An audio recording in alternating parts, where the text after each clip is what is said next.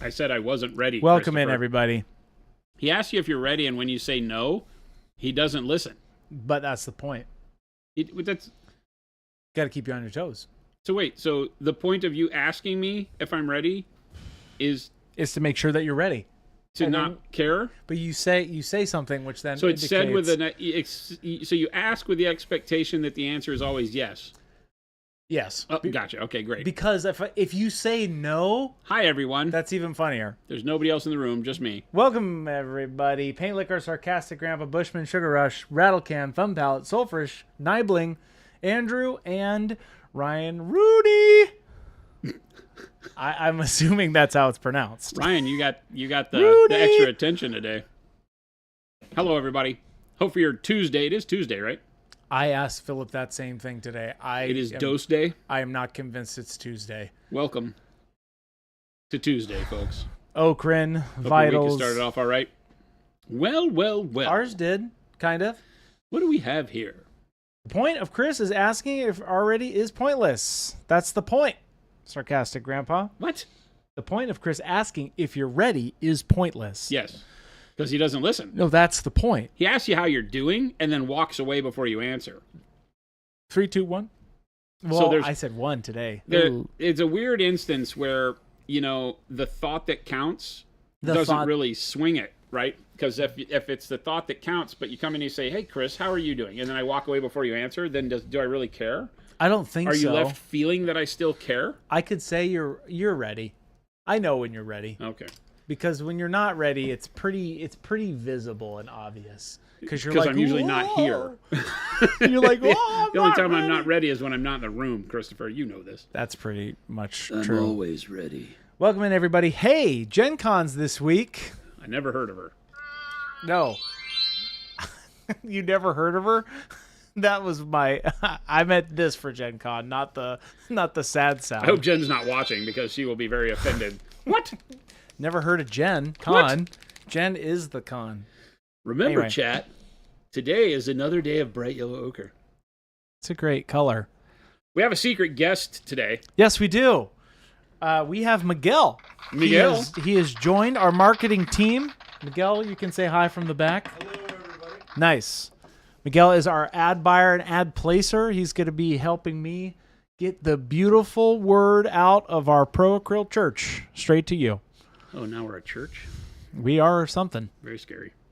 It's very spiritual in here. Are we now not for profit? Potentially. Potentially. Who knows? The church, that would not be us. The Church of Not Eating Paint. There's right. Wait, I'm in a cult. Yes, Avian, surprise. That should not be a surprise. You drank the Kool-Aid. Oh, you're in a cult. Oh, you're in a cult.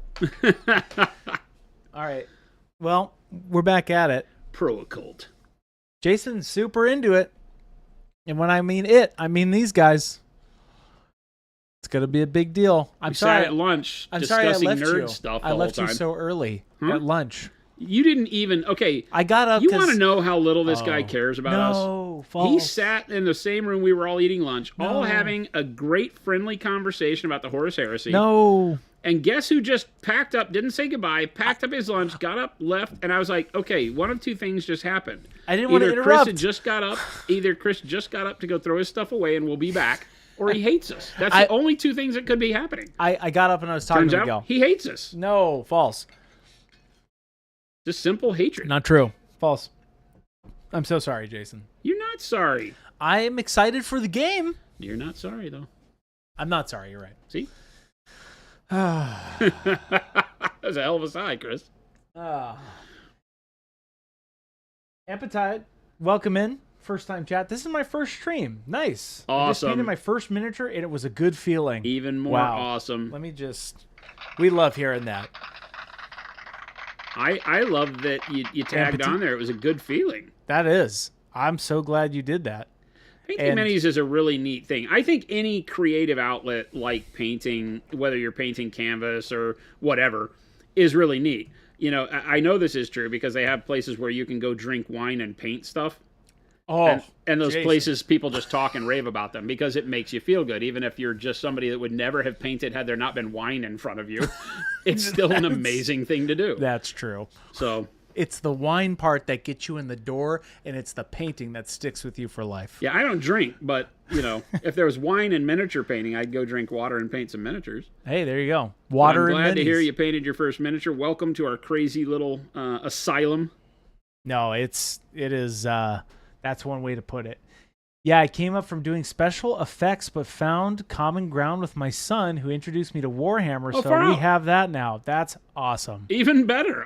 This story just keeps on getting better. Hopefully, you have found our paints, and you've tried Pro Acryl out. We get people that will contact us all the time saying I'm trying to find something to do with a family member or a friend or something like that, and it's always great when people can come together over something like painting models, for crying out loud. Oh, heck, it's happening to my dad right now. Yep. He just bought another tank. Yeah, Chris's dad is on the, He the just got scale another model. one. The scale model has hooked him. Yeah, he is on it. Got the bug. He has the bug. I'm excited. I'm more excited if he starts to say, you know what, bolt action looks pretty fun. I bet you I could get him to play it. I would definitely do a deal where we put two armies together and I'll teach you and your dad. You guys play against one another and I'll just referee. I'll do it. That would be He great. would love it. Heck, especially if he could put his model on the table. Well, that's too big. They don't make bolt action in that scale. But We could get him some bolt action. Yeah. Make him mini size. yeah. Welcome to the party. Hey, welcome in, everybody. It is 2:07 Monument Standard Time. He remembered. I did. I remembered. I listen. I mean, you listen, but Oh, I listen. I don't listen and never forget. That's what I've been told. Listen and never forget, Jason. that's scary. Listen and never forget. That's very scary. So we are continuing on with our Saturnine Blood Angels Praetor. Yep. This is this model has convinced me to break out my Blood Angels and build my army again. So I have a whole tray of Blood Angels. what's the next color workup after this, essentially? It's just going brighter, right? Because this is a mix? Yeah, we'll go to... No, this isn't a mix. I haven't used any mixes on this. Oh, right. I've been trying to do this mix-free to show everybody that you don't have to really... It's not daunting. Yeah. This has been dark yellow-green, yellow-green, orange-yellow over the top of the yellow-green. Yeah. That's been the thing. And now bright yellow ochre over the top of the orange-yellow.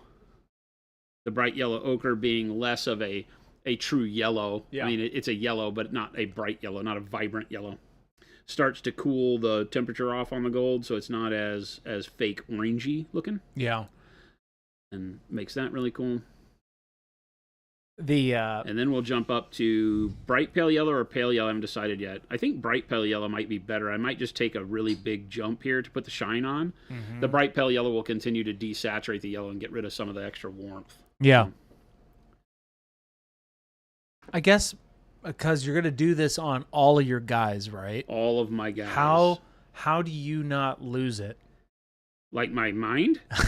Yes, and I mean that in a serious manner, because that's a lot of Chris, my secret is I lost my mind long ago. I've just gotten fairly adept at living this way. Yeah, the broken glass was definitely the right sound effect there. Okay, that makes sense. But I guess you're spending a little bit more time on this guy in particular because he's like the Praetor. He's commander, the leader of your army. right? Right. I like seeing both versions. I'd like to see the in quotes quick version on your little guys, right? Yeah. Do and you batch paint though? Yeah. You batch paint when you do like steps like this? As batch paint as you can when you're doing stuff like this. So for the rest of the army, I will build them all. We will do all the airbrushing, so I'll get all the red armor laid down. Yeah. And then I'll go through and do batch painting in terms of like I'll go and put the dark yellow green on the trim for everybody. Yeah. Then I'll go through and I'll do the yellow green for everybody. But that might be two separate sessions, you know? Yeah. Because I've said before, when you're painting armies, the biggest thing is to find progression in the way that makes sense to you. Yep. So the way I progress may not make sense to you. You may want to see one guy finished and then paint another guy finished, and then another guy, and then slowly watch your army come to fruition. And by the time you paint your last guy, you're done. Yeah. Some people love doing that. If you could come up with a method that makes that fast and fruitful for you, then that's great. I tend to want to see the whole army come together at the same pace, you know? So that it's, I agree. I'm always staring at a full army of stuff that has some color on it. Yeah. And then it has some more color on it. And then it has some more color on it. And then eventually it's done. Yeah. You know, at whatever level I stop. Yep. Rather than painting individuals. Now, I will start with a character model like this because, again, we're doing this for the stream, and we're also exploring this different gold on them. Because I like the idea of a little bit more warmth on the gold. So the orange-yellow is a detour from what we would have done before. We would have gone to yellow ochre before the bright yellow ochre. Ooh. And now we're switching that up a bit. Q has a good comment. I was going to ask about batch painting little guys. What are the pros and cons going brush versus airbrush with batches? I mean, the pro, I would imagine, for airbrush is that you get the base and the colors down a lot quicker. Well, the reality is you use the right tool for the job. Yeah. There's no difference in many situations between the two other than maybe speed. But smooth blending with the airbrush is a big key. So I can get very good smooth transitions on my armor basically for free because the airbrush is so quick. So there's that. So when I'm doing like the large base color of an army and batch painting, airbrush is king. Yeah. You know, if you're doing black armor and you want to start with a black base coat or Payne's Gray or whatever the heck you want to start with, using the airbrush for that is usually so much easier because you get so much done quicker. So, you know, when I'm looking at batch painting that way, even though I might not use the airbrush very much on my normal painting, I might use it for my base coats. Yeah. And then switch over to brush, because brush just takes me longer. You know, all of my brush strokes are pretty deliberate, even when I'm painting very loose. And for that reason, my time is not super fast. I don't like trying to speed things up on the brush. Yeah. Just a personal preference. And so for me, I take longer that way. So if I want to get things done, then the airbrush adds that get it done mentality for me. And keeps me really enthused when I do start working with the brush. Mm-hmm. Does that make sense? Yeah, absolutely. I also like the satisfaction of getting that base color and sometimes that Zenithal style highlight over my guys early on. Oh, heck yeah. Makes your army feel like it's real. Yeah. Or the project's real, I should say. The project becomes real. Yeah. It's progress. That's the only key, right? It's that you want to be able to show some form of progress in everything you do. If you sit down for a night of your precious time to paint after work or whenever, right, it's about feeling like that was valuable and whatever your value is.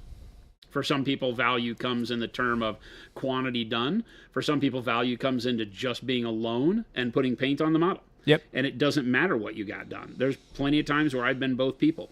You know, I will come up here and be like, you know what? I just want to play Kill Team. I want to get some Vespids base coated. Yep. And it's all about what I do with the time, how much I get done.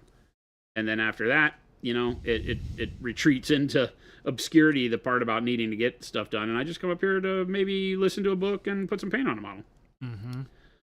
Green Mountain says, do y'all have a preferred thinner for airbrushing your paints? Our glaze wash medium and water.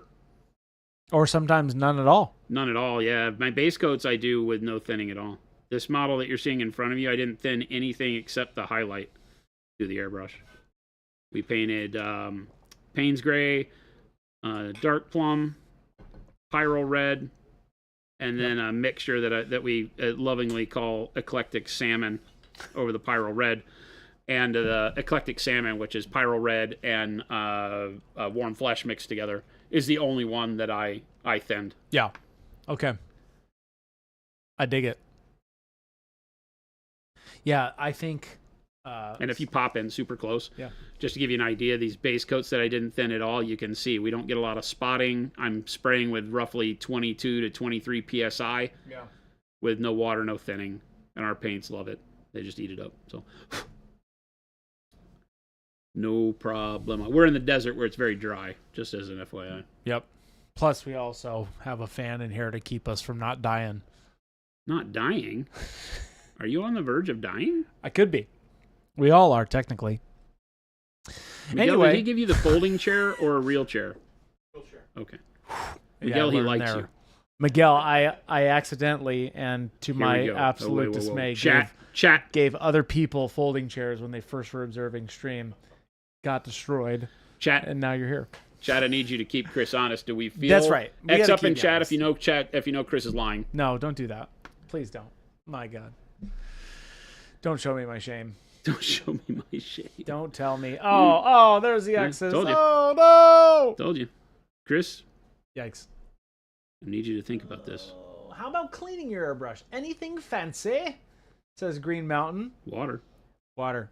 Only water. Only water. I only ever use water. Is it ever like appropriate if something is old and crusty to use like isopropyl alcohol or just get a brush in there and get going? No, you can use other cleaners. Okay. For sure. Just depends on how. But my brush doesn't typically get that dirty, so I don't have to worry about it. But yeah, if you run into like something where it's a nagging clog that just won't come out, then you may have to get a little crazier with it. We need proof that's not a folding chair. It's not a folding chair. You don't need proof. Nibling says, how many brushes is it to a custom set? 4? I got to put on an order more than the Dauntless later. For more Dauntless later. Yeah, 4. I believe. Can you remind the people what that is, Jason? The build your own brush set and the build your own paint set on our website allow you to, for paints, when you add 8 or more paints to your cart, and for brushes, when you add 4 or more brushes to your cart, you get the set price. Mm-hmm. So it makes life a lot easier. Make your own set. I have a belief that I never know what colors you want to buy better than you do. You know what your project is, you know what you want, and so we let you build your own set that way. If you only use number 2 and number 3 brushes, then why should I make you buy a set to get the best value if you're not going to use 2 or 3 of the sizes that are in the set? Right. Put the set together you want. Tech Elf. I won't show you the chair he's sitting in because he's sitting in the chair. It's as simple as that. We have a lot of people that will just do number 2s. They'll buy. Just get 4 number 2s. Yeah, they'll buy a bunch of number 2 brushes. I've been really enjoying. Well, I think it's just because I've been painting ratlings, but that 00 Dauntless brush I've been really using a lot.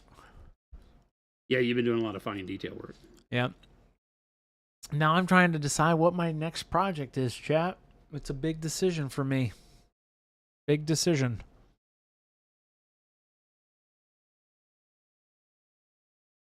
In solidarity with Christopher, everybody in chat that should find a folding chair to sit during stream. That's right. That's right.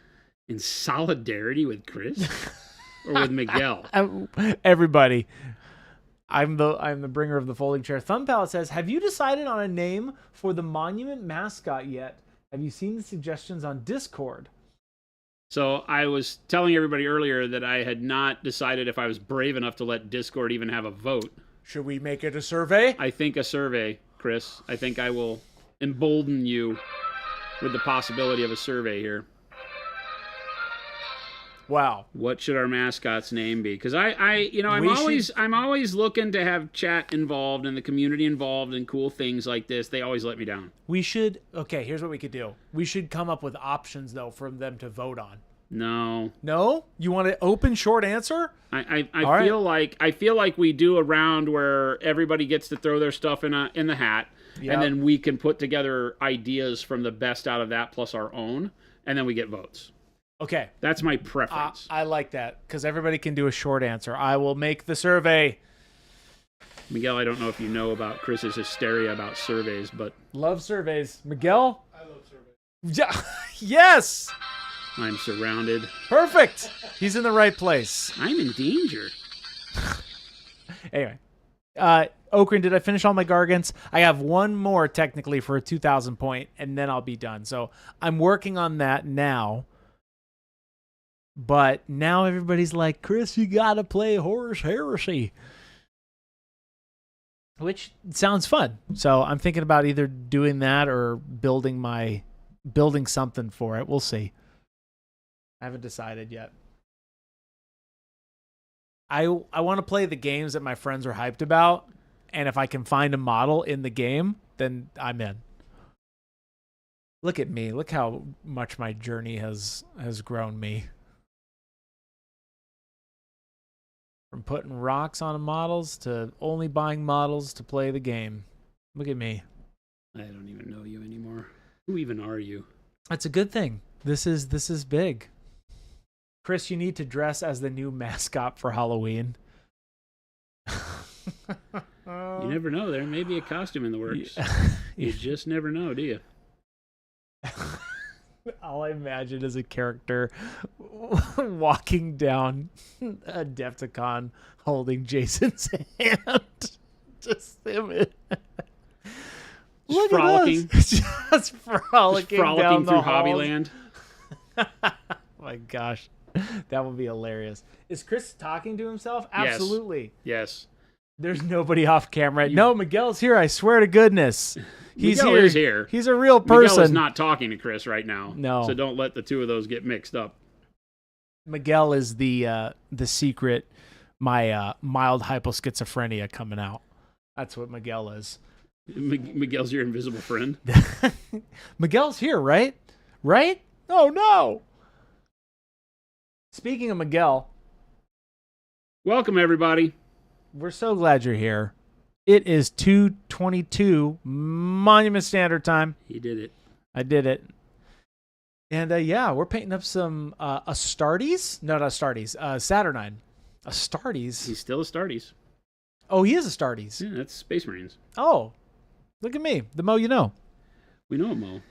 And yeah, a lot of you in the survey were saying that armies are something you struggle with and painting them. And that's why I was asking all those questions earlier. I think it's daunting for some people to finish an army, or it's just a big bite, right? Oh yeah, 100%. Figuring out, I think there's a lot of is this, and I don't know how much of this is true for other people, but for me, a lot of times when building an army, if it's for a game, I'm worried about, is this gonna be worth investing in the game? 100%. Or is it all are they gonna yank the rug out from under me, and then all of a sudden nothing I've done is valuable anymore? Yeah. Am I building it correct? You know, like, are my burned. weapon choices correct? Because I'm about to glue all this stuff together. I don't know.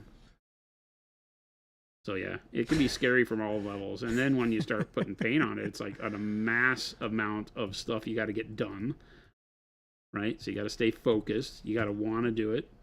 I get it. We talk about it all the time. Painting armies is tough. Bear Paw Miniatures says, can we bring back the Monument Seal of Approval? He never left. He's standing right in front of you. Been here all along. I do not wear that suit very often. It is abusively hot. We did talk about it for Christmas special, and I'm like, you know what? We care about Jason too much. It's abusively hot. It's not fun. That Chai Cat says, how important is this guy? His shoulder pads are huge. Yeah. He's super important. He's super important. I've always loved the Saturnine shoulders. Or just the overall look of these guys. Because they just feel chonky. They feel like, don't mess with me. Q says, I'm just really good at starting stuff. Just suck at finishing stuff. Interesting. Aren't we all? Welcome to the family. I have to finish it. You actually get stuff done. So very, very admirable. I try to. I start way more than I finish. I think it's for you. It's kind of, you've talked about it before too, right? Like the fine line of painting on stream and then painting for pleasure, right? Yeah. Painting on stream, you know, we do it in very specifically for certain techniques and certain things, right? Rather than, okay, I'm finishing this thing. But painting for yourself, that's a tough one, chat. I suck at finding hobby time. Vitals, you have to find the time. That's the thing. We talked about that yesterday. Do all of your finish all your unpaid bills. Pay all your unpaid bills. There you go. Pay all your unpaid bills. And then enjoy it. That's what it's that for. Way you can enjoy the time. Because it is a truth that you can set aside hobby time and have it not fill the need that hobby time is really there to fill, which is to just be kind of escapist, I think, for most people. Yeah. Like, we don't create hobbies to have more work for ourselves necessarily. Even workaholics, like, I would consider myself to be somewhat of a workaholic, but my hobbies still, while I might choose hobbies that would feel like work for other people, they need to feel like escapism for me. Yeah. And you have to be careful, because if they start feeling like work, then, they sap more of your soul rather than revitalizing you, reinvigorating you as they should. Last night or 2 nights ago, because I'm in between projects, I pulled out 5 orc knobs. I'm like, okay, I've never attempted a green skin workup. I'm just going to try this right now. I don't care how it comes out. And I'm actually really happy with how it turned out. Nice. It was dark camo green. And then I washed it with Payne's Gray. So it was really, really dark. And then I did yellow green, like a dry brush, like a smudge brush of yellow green. Right. And then I did a light dry brush of bright green. And they came out very cartoony, and I love it. Nice. Northrex says, yeah, the idea of painting a zillion Marines is what holds me back from Horus Heresy. Do the Knights. That's what I'm doing. That's what Chris is doing. Chris is like, I'm correct. not painting a lot of Marines. I'm just going to do Knights. You're correct. I hear you. Vital says, my main thing is that I do animation design work all day. My brain is cooked. I can see that, Vitals. Yeah, again, it's like when you need that escapist type of thing, what do you want to be doing? If your brain's cooked and you don't want to think, then, believe it or not, like, sometimes priming a model, sometimes mindless work comes into play and really makes it, fit for you, and your hobby can get back on track that way. Yeah. Sometimes just having that book, I've started Horus Rising over. Yeah. And, so just listening to that, I already know the story, so I'm not as intent on my listening, I guess you might say. But having it on in the background, it's still bolter porn. It's still Space Marine on Space Marine action. And it gets me invigorated to, like, go paint. I might just be sitting there staring at the book, on YouTube, watching a battle report or something. Yeah. All of the above can be ways that you can be reinvigorated for your hobby and not lose the... You may not want to actually go paint. Right. But you stay adjacent. You stay paint. Yeah, those side projects, we've talked about even that too, where you have to have that side project. I've made busts. Well, I still haven't bought it yet, but I've made busts my side project in my mind, so I got to get a bust. I always have something I'm working on. Yeah, it's all about just making sure you've got something that still reinvigorates you and gets you excited about your hobby. Q, have you guys ever had a challenge to complete a quantity of miniatures like an army, etc.? Jason did. He did an army in a week. Twice, yeah. Twice. We've done, well, actually 3 times. Probably more, but in the recent past, we did a Sylvaneth. No, not Sylvaneth. Lumineth Realm Lords army for Age of Sigmar. We did 2,000 points in 7 days. Which is pretty good. Yeah. It's a lot, especially those guys, because... Got a lot done on them. They have a lot of bits on them. And so I painted 2,000 points plus the big terrain piece. Because that's not in the points, or at least it wasn't back then. And technically Techless, he's a big hero. Techless is a big hero model with that monster that he's on. Yep. So, yeah, painted that. We did 47 or 48 Battletech miniatures for my battalion of Battletech over the course of a couple weeks. And then we painted my, what's that, War Cry Warband. Yeah, you had when you were playing Zambies. Yeah, we painted that in a week. Mm-hmm. Yeah, for the Ogre Maw Pack. What are they called? Gorger Maw tribe. Pack. Yeah, they're like part of Ogres, but Gorger Maw Pack. We painted the Gorger Maw Pack in a limited amount of time. So we paint a lot. Kind of, we're doing that right now too. He's been working on these Blood Angels for a while. Yeah, I'm not setting out to do that on stream. I mean, if there's things that the community wants to see me do on stream, I can. It isn't really my goal to paint the whole army on stream. Here's what I would say. Here's where a beneficial thing would be. I think having a universal base coating or how you would do trim on batch painting, like in doing batch painting efficiently, I think would actually be a dope thing. Right. Because I think people struggle with the, oh my gosh, I need to paint all these guys and there's 1,000 Space Marines. But if you break it down into small pieces, I feel like that would be good content to me. All right, cool. Right? Yeah, It's like, hey, don't go crazy on this non-metallic gold. Just do this, this, and this, and it still looks good. Yeah, we could do that because a lot of times I will cut out colors to make it go quicker. Yep. And so if I talk through that, I 100% think that's why I'm doing this with no mixes, though, is so that I can kind of get prepped for the fact that I don't have to spend a tremendous amount of time.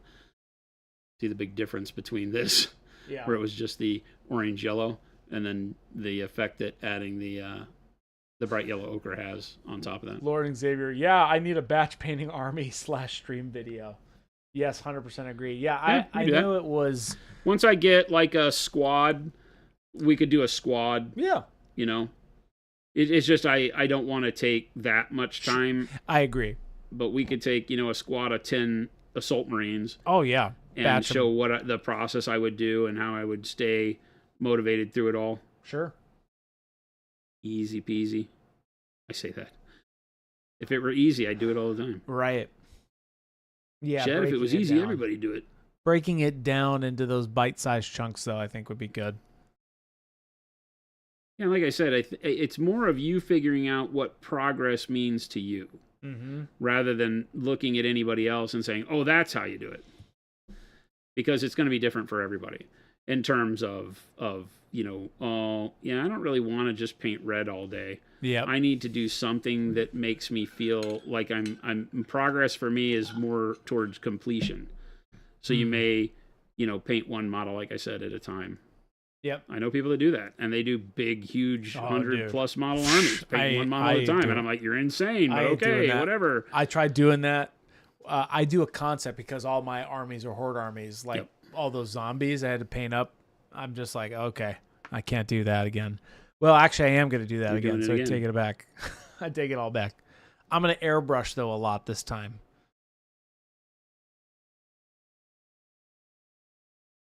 But definitely batch painted those for sure.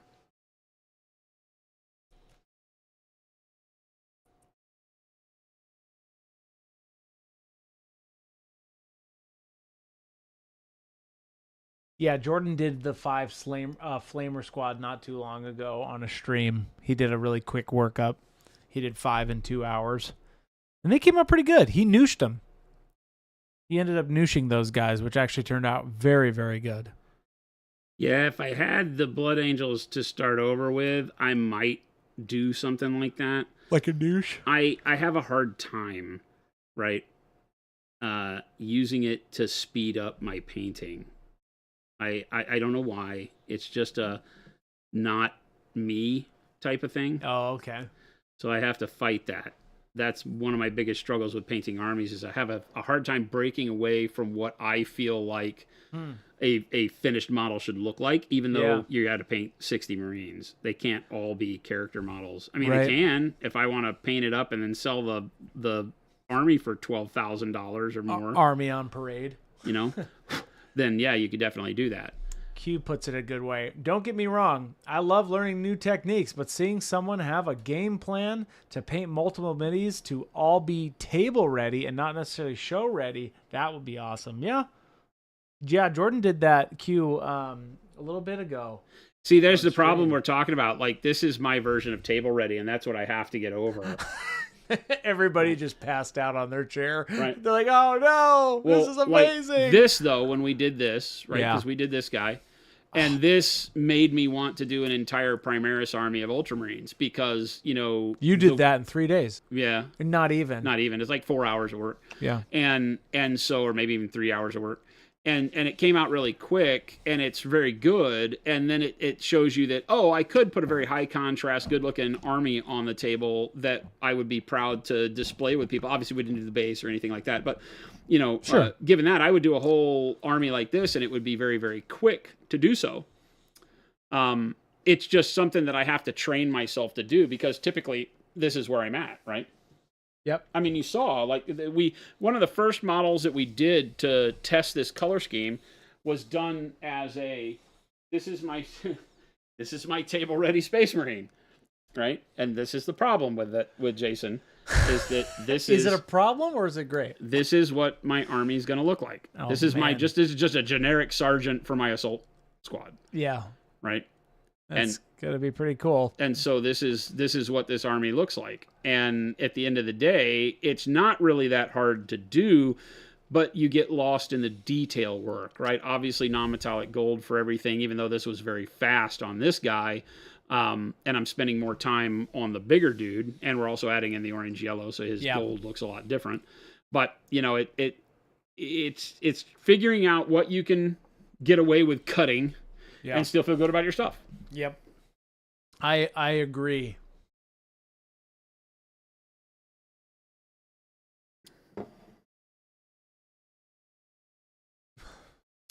I relate to that so much compromising of quality in army painting, 100%. And it's finding what you're comfortable with. That's all it is. It is compromise.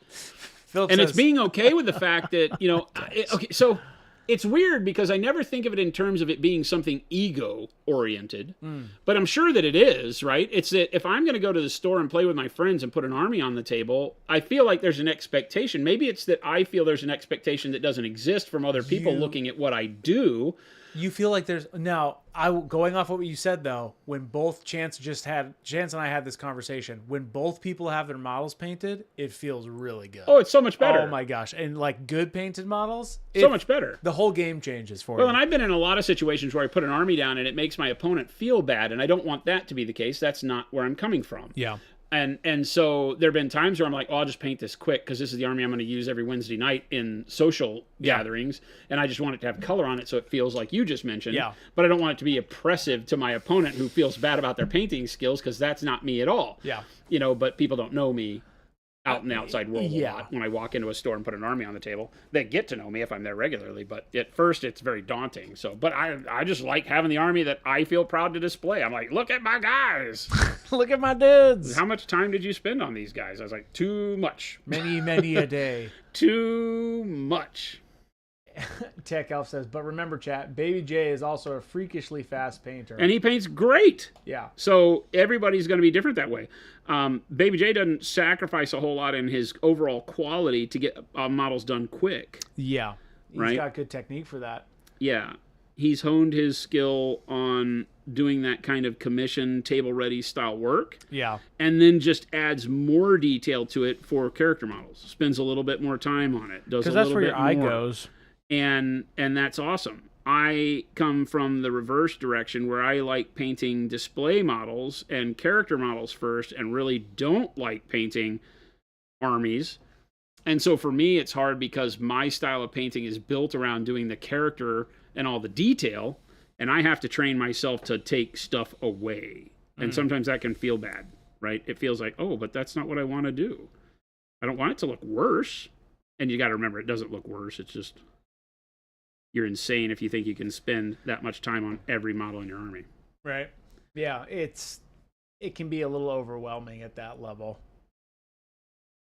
Derpstick says, if I did that trim on Blood Angels as non-metallic metal for even just 10 Primaris Marines, it'd probably take me a month to do the whole kit, LOL, mainly because I still don't know how to paint light and reflections. I think but once you get it down, it doesn't seem as daunting. It's the same amount of time, literally, for me to go through and do non-metallic metal on table-ready guys as it is to do metallics. Maybe a little longer, right? But in my head, it feels the same. It doesn't feel like it takes a lot longer. Now, on this guy, because of all the way the trim is, and he's a character model, and I'm painting him to a higher standard, then I will paint the normal dudes, which sounds silly after just showing you the normal dudes. But... you know, then I'll spend a little bit more time on this guy. On the other guys, I might cut out the yellow-green. I might go dark yellow-green to orange-yellow and save myself some time in the process, right? So I have the opportunity to strip certain steps out and make it go faster. You know, I can practice that. I could just have this guy be this color gold and all the rest of them be a very dumbed-down version of it and be fine with that. Panic Bomb says, I found a great trick for getting terrain done quickly. Buy pre-painted terrain. That is a hell of a trick. That's one way to do it. You could be the spray team and at Adepticon. Those guys are magical. I was going to say, if you just hire Hank, just tell Hank you're putting on a convention. And they're good. And you need 6 tables of this terrain. Could you do that for me? And you guys, it is not bad. And I say that in a way, it is incredible when you walk up to those tables. They are full. They have fully immersed you. And I'm like, they do a lot of good work. And all of those pieces are good. All of their table ready in quotes game terrain pieces are really good. Yeah, they've got it all. Amazing. They've got it all like assembly down to a science. Yeah. You talked to them when I was up there over the last weekend or weekend before last. Yeah. And talking with all the spray team guys, they were lining it out for me like, okay, so we set up a tent out here and there'll be like 2 or 3 of us that are on primer duty. When are they doing that again? I think it's coming up like next month. Yeah, those guys are cool. Tis the season where they start getting down and dirty and start priming and painting again to get ready for Adepticon. Yeah, they are cool, good people. Call Me Mold says, do you have a rule of what brush size to use for different purposes? Do you have a rule? Nah. That's going to be something that I think that what happens is as you start out, you paint with smaller brushes because there's a thing in your brain that says, I'm painting small details, I need a small brush. As you get more confident in your painting and your skill, you start to use as large of a brush as the model will allow you to use, meaning that if you're painting details that are like, up inside here underneath the cloak, I'll have to use a smaller brush because a bigger brush will hit the walls around and get paint all over everything else. So you start using smaller brushes just to fit them in the location you need to paint. But you use as big of a brush as possible most of the time because it will hold more paint. It'll hold more water for thinning your paint. It'll hold more paint for painting longer and should still hold a good enough point to be able to paint anything you need to paint with, right? Mm-hmm. Now, right now, I've painted most of this trim with this Dauntless number 1. So I will switch brushes just depending on, like, if I'm having to do all these fine edge highlights and stuff, then I'll go down to a smaller brush just so that as I'm getting in here with my chisel tip and working it along, I don't get paint where I don't want it. But no, there's no real rules. Panic Bomb Arcade says, paint everything with a DA100. That also. We don't make that brush. No, that's 100% real product. That was on the survey, Jason. I don't care what was on the survey. Oh, it was on there. I don't care. What are they most excited for our ventures in 2054? And surprisingly, bag acryl was the highest voted thing. What were the choices? You'll have to take the survey and find out. I'm not taking your survey. I told you I'm not taking your survey. Oh no! I'll start sending you the charts. Okay, can I say something really quick? You Chat, will anyway. Why do you even ask? Chat, you this is will. One of those "How you doing today?" questions. Chat, you will be getting content from me about these because I have a whole plan. I didn't realize. I'm gonna sound dumb, but I'm gonna say it anyway. This is when you change out your paper towel. When it stops absorbing water because it's completely solid and I flipped it upside down for you. It's like when you wear a pair of jeans camping for 14 days. They basically stand in the corner at attention. Chat, I didn't realize this on Google Forms. When you start reading responses, it gives you multiple choice and very colorful pie charts. And I was elated. I was on cloud 9. Because the only thing you like more than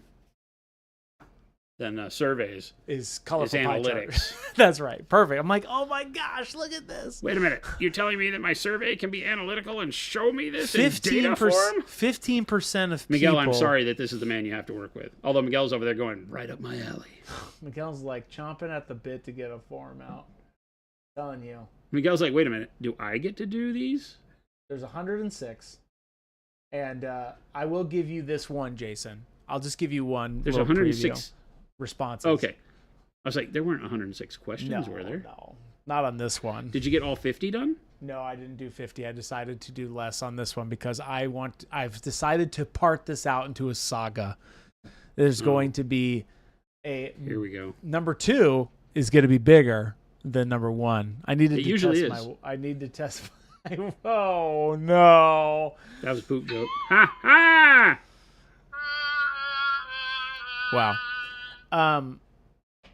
Out of the options below, who would be a better producer on stream? Are you ready? Option A, Christopher. Option B, a garden hose.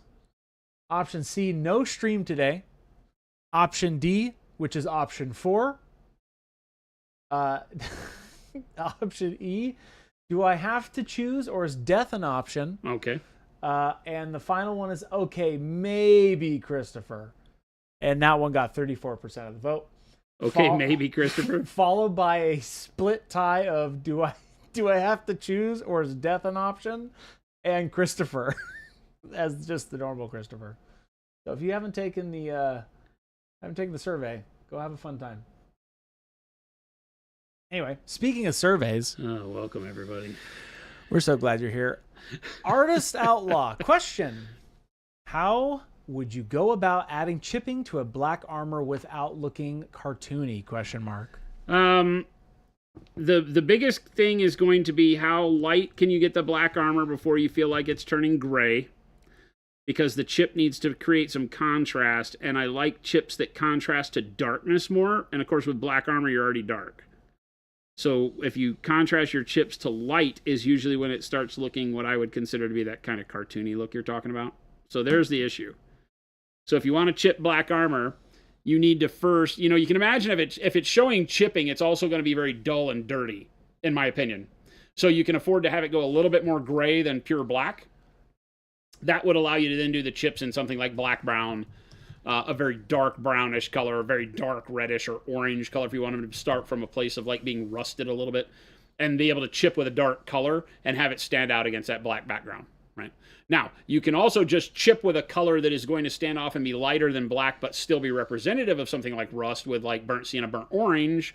You can do the chipping over the black with that. You just have to be careful because it starts looking like bird poop or like something spotted on the armor as opposed to chipping into the armor. Yeah. It looks like dirt and things on top of the armor. Unintentional stuff. Yeah, that's why the dark nature of chipping typically works better, and on black that's harder to pull off for obvious reasons because black is very dark.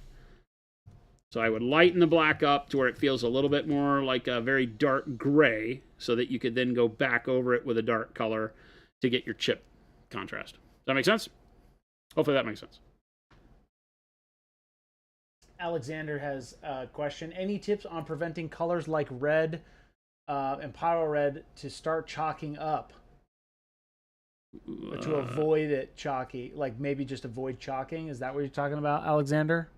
So if you're using our paints and you're getting a chalky finish, you are thinning them too much. Or chunking up. Chunking up? Yeah. That I don't that's understand. Chunking up. Alexander says chunking up. You'd have to explain what you're talking about. Yeah, give us an example. Little Billy says, speaking of things that make sense, why is Chris still in the producer seat? Welcome in, everybody. Question. Wow. Alexander says, it's chunky out of the bottle. That means that at some point in time, the bottle has probably been left open. Or not fully sealed, like if you took the top off or something. Yeah. Or you unscrewed the it. twist top, if you don't close it, if it's chunky, it means that it started to dehydrate and to evaporate. And so you would need to, you can't fix it. Our paints won't do that naturally. So you would need to, verify if you got one that you feel like you've never used and it's like that, then contact support. Yeah, if it's brand new and something's happened, yeah, definitely let us know. We will definitely get you taken care of if there's an issue. Little Billy, and by the way, you're fired. Canceled. Just right out of the gates? Yeah. Fired. Done. Banned. Little Billy, I don't know what you did. Well, I do know what you did to deserve this treatment, but I still applaud you for it. We applaud you. But we don't. We do. We don't. You can't do and not do. That's not how that works. I won't do it. Well. Chris, what colors did you use to paint the halfling sandwich? Oh. Let me I have it. Let me. Is it grilled cheese? Yeah. Did you see that? I posted it in Discord a little bit ago. There's a grilled cheese sandwich. I'm trying to remember. Don't hate me, chat. Let me see. See, he's the one that does the doot. Well, no, you technically do. Okay, here's what I used for the grilled cheese sandwich. Drum roll, please. You have dark sienna was the meat, right? No, I'm sorry, burnt sienna, not dark sienna. Burnt sienna was the meat, and then I did a highlight of advanced flesh tone, I believe, and then the cheese was yellow ochre, right? And then the bread was caramel brown. Yeah. And all of these have had question marks at the end of them as you're I'm trying to remember, so bear with me. But I'm pretty sure that's what I did. And then I did transparent brown as the little toasted spot. So that was a little toasted spot, right? And then for my magic touch, I olive flesh dry brushed it. Yeah, olive flesh dry brushes every model. Every model I think gets, you do. It's 100% what I do, and I freaking love it. It works so well. I don't know why. That part of the process brings me physical joy, and I can't explain to you why. What channel is the sandwich in? It is in the work in progress channel. I just took pro pictures of all of those. I'm going to post them in the Discord probably tonight. I had fun painting those models. I also painted the diorama piece too, the Ratlings diorama piece, and it was fun. The commemorative model.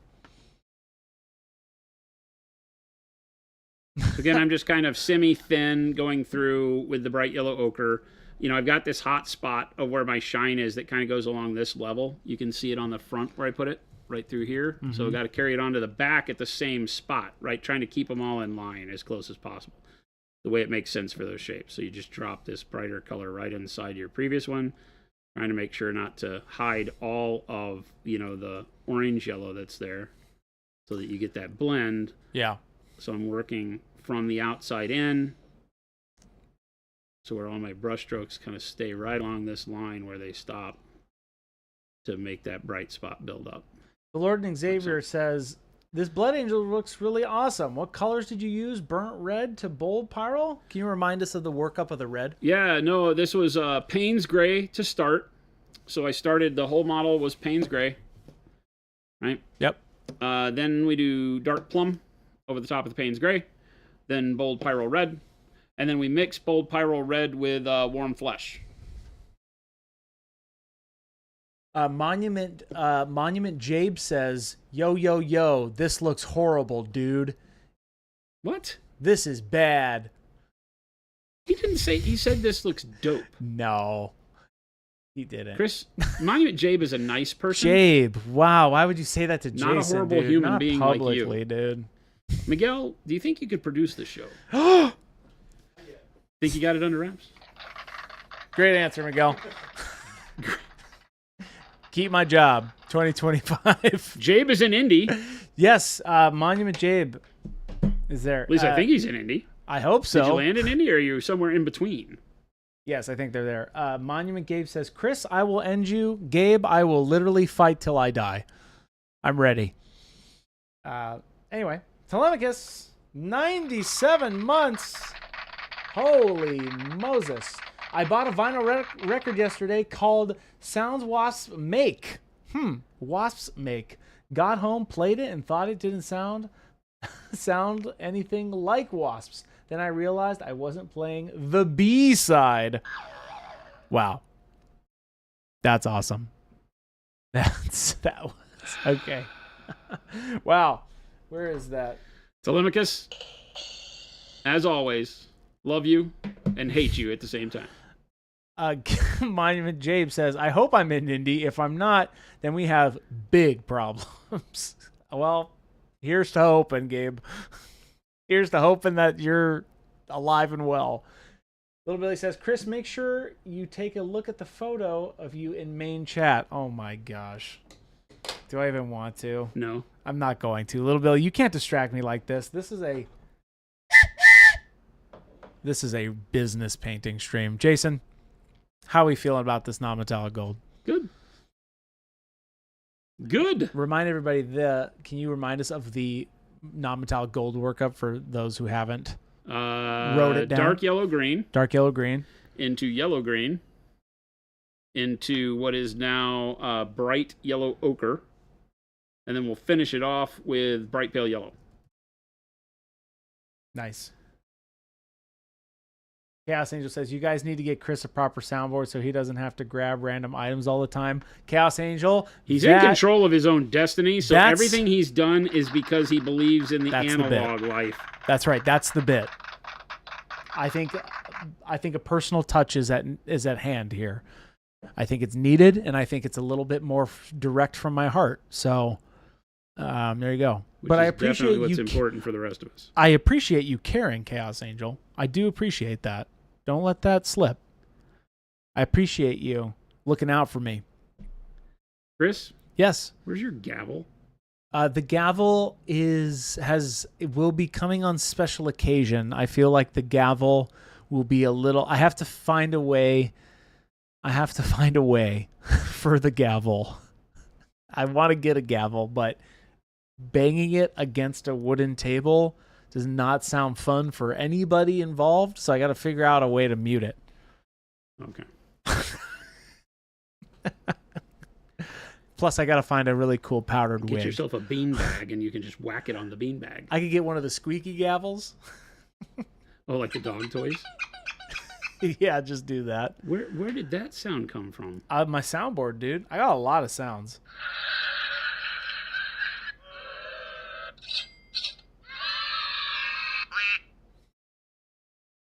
Gavel gets its own mic, yeah. Sorry, chap. I apologize yet again. I did choose this life, yes. I do prefer the analog. I think the thought was to use Chris's head as the landing spot for the gavel. No, I don't want to break the gavel. My head's too hard for that. It's way funnier to hear Chris trying to grab his slide whistle. That's the point, Twisty Farmer. It's all a part of the shtick. Thank you, Game Delay. As not your lawyer trademark, Chris doesn't get a gavel until he gets to law school. Thank you. Thank you for keeping us accountable, Game Delay, our resident lawyer. He defends drug dealers. All right. The only drug I deal is a good time. Uh-oh.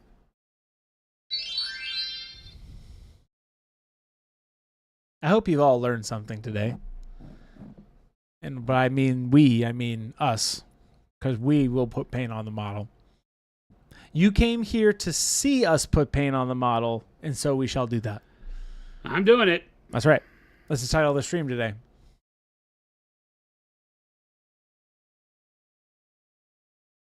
We had a bunch of people on one of our YouTube videos. They're like, oh, finally. Some tutorial instead of just all this jibber jabber. What are you talking about? They did. What? That's false. They did. There's so much. You should go read them. Oh, that was funny. There's so much. There's so much good content. Talky, more painty was one of them. Oh, no. I know somebody says that in chat all the time. Or in Twitch. They're banned. I don't want you to sit here in silence, chat. That's why I ask them all the good painting questions.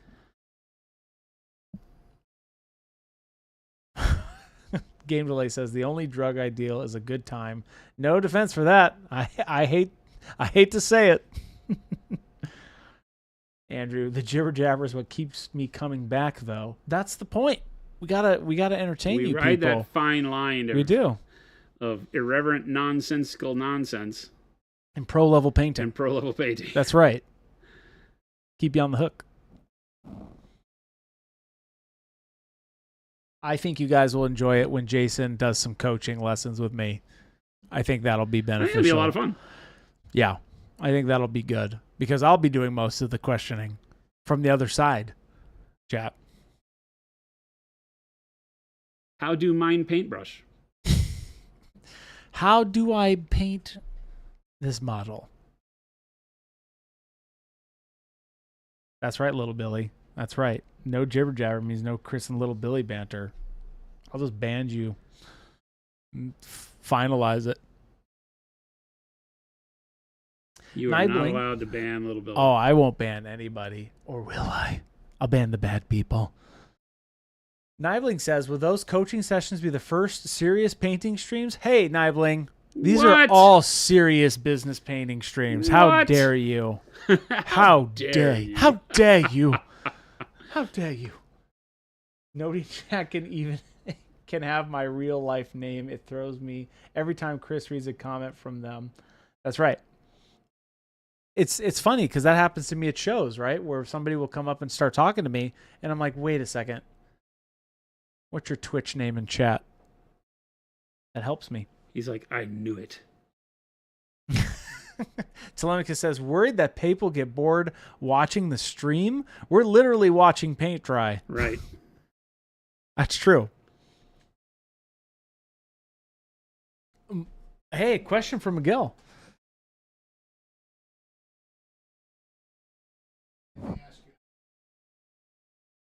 Remember the workup, or look at the combination?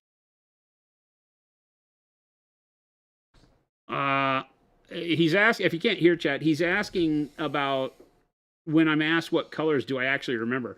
In most cases, yes. There are times where I'll pull a model off the shelf that is painted so long ago that I won't, because I don't write it down. I'm horrible, right? I don't practice what I preach. I tell everybody, keep track of what you do in mixes, and if you paint something, especially in Army where you may go and add a model to it later on, always good to have your workup notated down. I don't do that very often. So a lot of times if I don't remember it, then I'll look at the colors and I'll know just instinctually how I would do that today. And I'm confident that I'll give them colors that will get them so close that they won't know the difference. Where, we have some people in chat that'll call me out though. They're like, no, you didn't do that. You used this. And, because they went and did that on their own models, and they'll keep me honest. So there is a lot of that too. Chat's great about remembering, usually better than I do, what some of the workups are. I'll say, hey, chat, what did I use on this? Oh, yeah. Okran. Shout out to Okran. She's awesome. She keeps us accountable. Yeah, that's a great question. It's a lot of times, for me, one of the reasons why I don't notate is because I'm confident recreating any color scheme with whatever colors are on hand. The worst case scenario is that I have to mix it from like base colors, CMYK or something like that, and I can get it done. I tend to, I don't know if this makes a lot of sense, but I look at color in a layperson's perspective. Is that a red? Is that a green? Is that a yellow? Is that a blue? Yeah. If it's a blue, is it look more green or more yellow or faded or whatever? And then I can just reconstruct that from what I see. So for me, it's less about the particular color because I can get there no matter what. Now, that being said, in the way that we paint miniatures is less about any single color and more about the layering of multiple colors. And there can be a fundamental difference in how you make that look. So it might be that, I can get that color, but the way I layered these, I might forget. So what I find being the bigger difficulty is what order did I do that in? Did I do a wash to achieve that color, or did I use an underpaint to get that shadow on there? And those can create two totally different looks if I do it incorrectly. Like if I think, I think I did a wash, and then I try to mimic that, could look totally different than if I had done it in another technique. So that I have to be a little careful of if I'm trying to reconstitute a technique on a model top to bottom. But most time for what chat's asking with regards to, hey, how did you make that red? I can get them so close from memory that it won't matter. The more you know. That's a great question, Miguel. Hey, give it up for Miguel. Great question. Keeps us honest, chat. Yes, the chat is the beautiful ocean beneath this boat. Don't listen to this part, Miguel. And I'm the boat, and Jason's the captain. without the ocean, where would the ship be? Dry dock, and we'd still be doing the same thing. Just going to throw it out there. Maybe. But who would be moving us? Just going to throw it out there. Still me. Still me. Still this guy. Still me. Actually. Who's the breath beneath your wings, Chris? Everybody. You are, chat. You are. I live for you. You live for me. It's mutual. Nibling, I will not teach Miguel how to paint green bases. I already did that demo. That's right. You can just go back and watch it. Did you ever get that published? Are you slacking? Jason, it is already published. No, it's not. It's on the internet. It's not published. It is. It lives in our VODs. That's not the same thing. I want a real green base tutorial, Jason. That was as real as you'll ever get. I want a real one. That's what I promised I would give you, and you got it. So you publish it. You do your job. Well, you're right. I take it all back. We'll get it published. The best green bases. We'll get it published. Right now, we're working on a ultramarine workup video. I was going to say, this is not an ultramarine, but now I know no, what you're saying. No. We are that ultramarine you took. You have already lost the narrative, Chris. No, we have a really good workup just for a space marine in general, just marines, right? Because you could take what Jason did on that marine that he showed earlier, Transpose any and colors do any on color it. you want. Yeah. So Ryan and I are really taking the time to make that one a really good one. Awesome. So Ryan having a good time with it. Yeah, we want it to be really good. We're gonna have you do some bits on it because obviously it's 4 days, but you were kind of going quick. So we got a couple things we want to do with it special, but it's good. I think everybody's gonna like it because anybody can paint a marine and paint it quick, right? That's the whole point. So yeah, it's coming. Stay tuned, chat. Mo says, is Miguel the guy you sent to the hospital for the chair incident, or is this a new victim for you, Chris? Miguel is in a beautifully fine steel cast chair.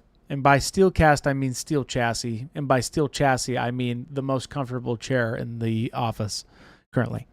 Which they are. That's not a lie. They're very comfortable chairs. So, yeah. There you go. Little Billy, we're always on track. I don't know about that. I'm really liking this. I'm very excited to see that OSL on the on those bits there. But I guess that's really last, isn't it? The OSL? Yeah, on the glow effect. Where I did the white base? Yeah. Yeah. I'm like, dang it. It looks we're very excited to see that happen. Yeah, I have to have all of everything around it Right. painted before I can drop the OSL on it and have it be effective. Do you do that typically with an airbrush? Yeah, I'll do a combination of airbrush and brush. Okay. I'll use transparent white through the airbrush to give the glow effect, and then brush paint the edges to get the brighter highlight reflections done. Basnet says, I followed the green base tutorial and keep ending up with black base rims. I think the last step is suspicious. Keep trying. Yeah, keep at it. You're just missing part of the technique somewhere along the way. There's always on track. A wizard's butt always arrives precisely when he means to. That's right. And speaking of wizard's butt, if you're in Gen Con, take a picture. Have some? They might. Your favorite Tushy enchanting paint is there. Wow. I did not know this. I So kind of go let them ask do them. their own thing at the conventions nowadays, so Go and see. Dad doesn't ever know what's going on anymore. The kids are just doing their thing. They're all growing up. Oh, isn't that sweet? Isn't that just great, Jason? Just great. So good.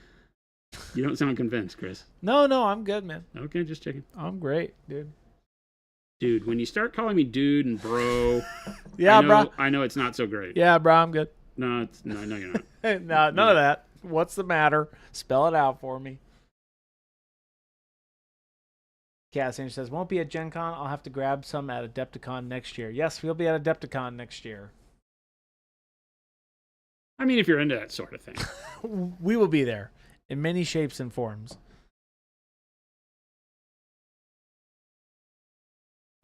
We'll also be at Nova, but we don't bring product to Nova. That's we just true. Bring our sparkling personalities. Yeah, that's right. Jason was going to be sparkling that day and those days. Be great. Like a Twilight vampire. That's right. Mikey Vengeance says, soon they won't be answering Hobby Dad's calls anymore. Oh, no, we'll always look to Jason for the Hobby Dad calls. They don't need me anymore. They've grown out on their own. Chat needs you. Need a monument con? Monucon. Trust me, if we even had the slightest ability to make it happen, we would. Yeah, it's a something massive that we've endeavor. Thought about, and that Phoenix we would doesn't really have love. that. Jen and I have talked about it for years. It's just not something we have the wherewithal to do. It's very intuitive. There's a lot that goes into those cons. Good God. Oh my gosh. Just watching what the Adepticon crew do, I'm like, planning, nope, not for me. The planning, the organization, dude. You forget, we manufacture stuff here, and we got a lot of work we do on a regular day. And then you think about how fun that would be and how much time it takes. Watching Hank and his team work year-round on it just shows me we would have to hire like a whole convention team. It would be a different thing. It could not be a thing that you one butt cheek. You got to go in with the whole, both cheeks, or no go. All right, we're ready for a brighter color. Look. Nice. Chaos Angel says, monument painting contest win. I'm not really ready to commit, but that's something that we're really taking a big look at right now. So there is an opportunity for doing something like that. We're talking to some people, so I have no promises timeline-wise, but we are looking at it. So keep your ears peeled. We are doing a manufacturer slot at Nova Open in the Capital Palette for our texture trainers. So if you enter a texture trainer in the bust category, we will look at all of the texture trainers individually to pick a best on that and offer a prize up for that. So that's just kind of a neat, fun thing we're doing with Nova. But in terms of like our own paint competition and the way that I've always talked about it as a complete open where you're only painting against the curriculum and not against other painters, we're looking at it. So there is a world where that could happen. Yep. Plus, we also sponsor the Capital Palette too. So look at that. That's going to be bright. That's a big jump. Basically like white.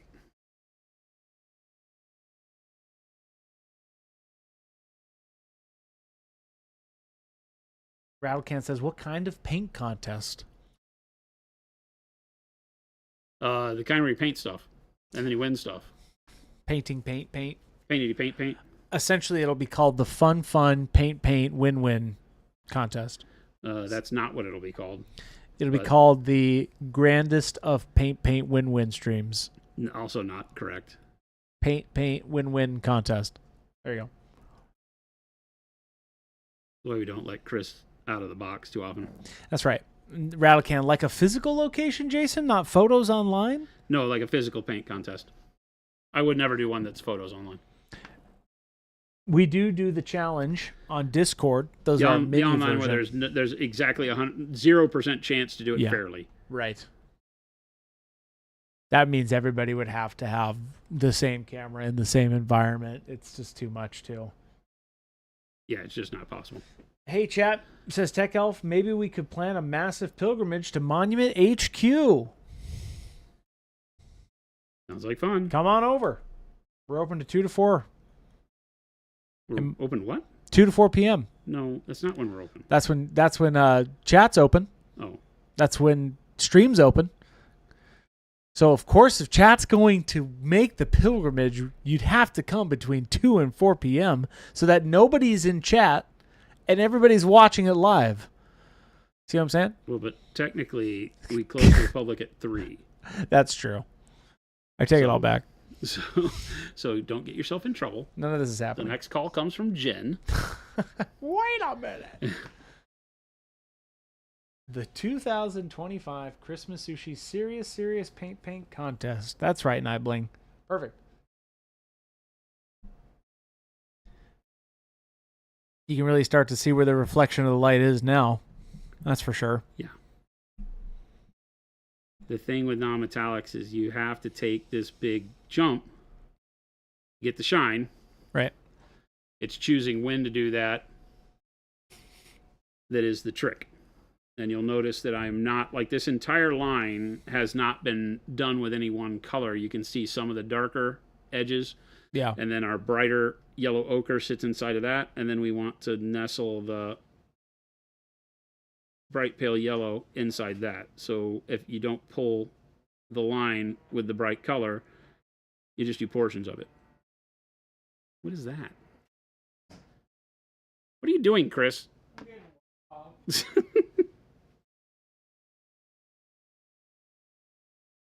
My door. The door was like... That door was like...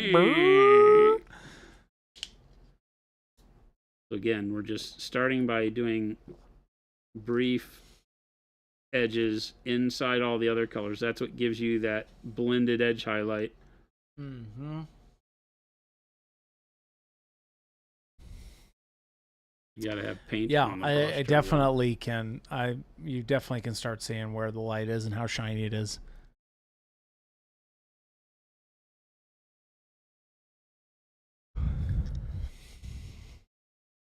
Welcome in, everybody. We're so glad you're here. Thank you for choosing Monument Hobbies as your viewing pleasure today. Last week, we had a big week. We had our Christmas in July special. We had a bunch of stuff going on last week. And yeah, this week we are painting up some blood angels.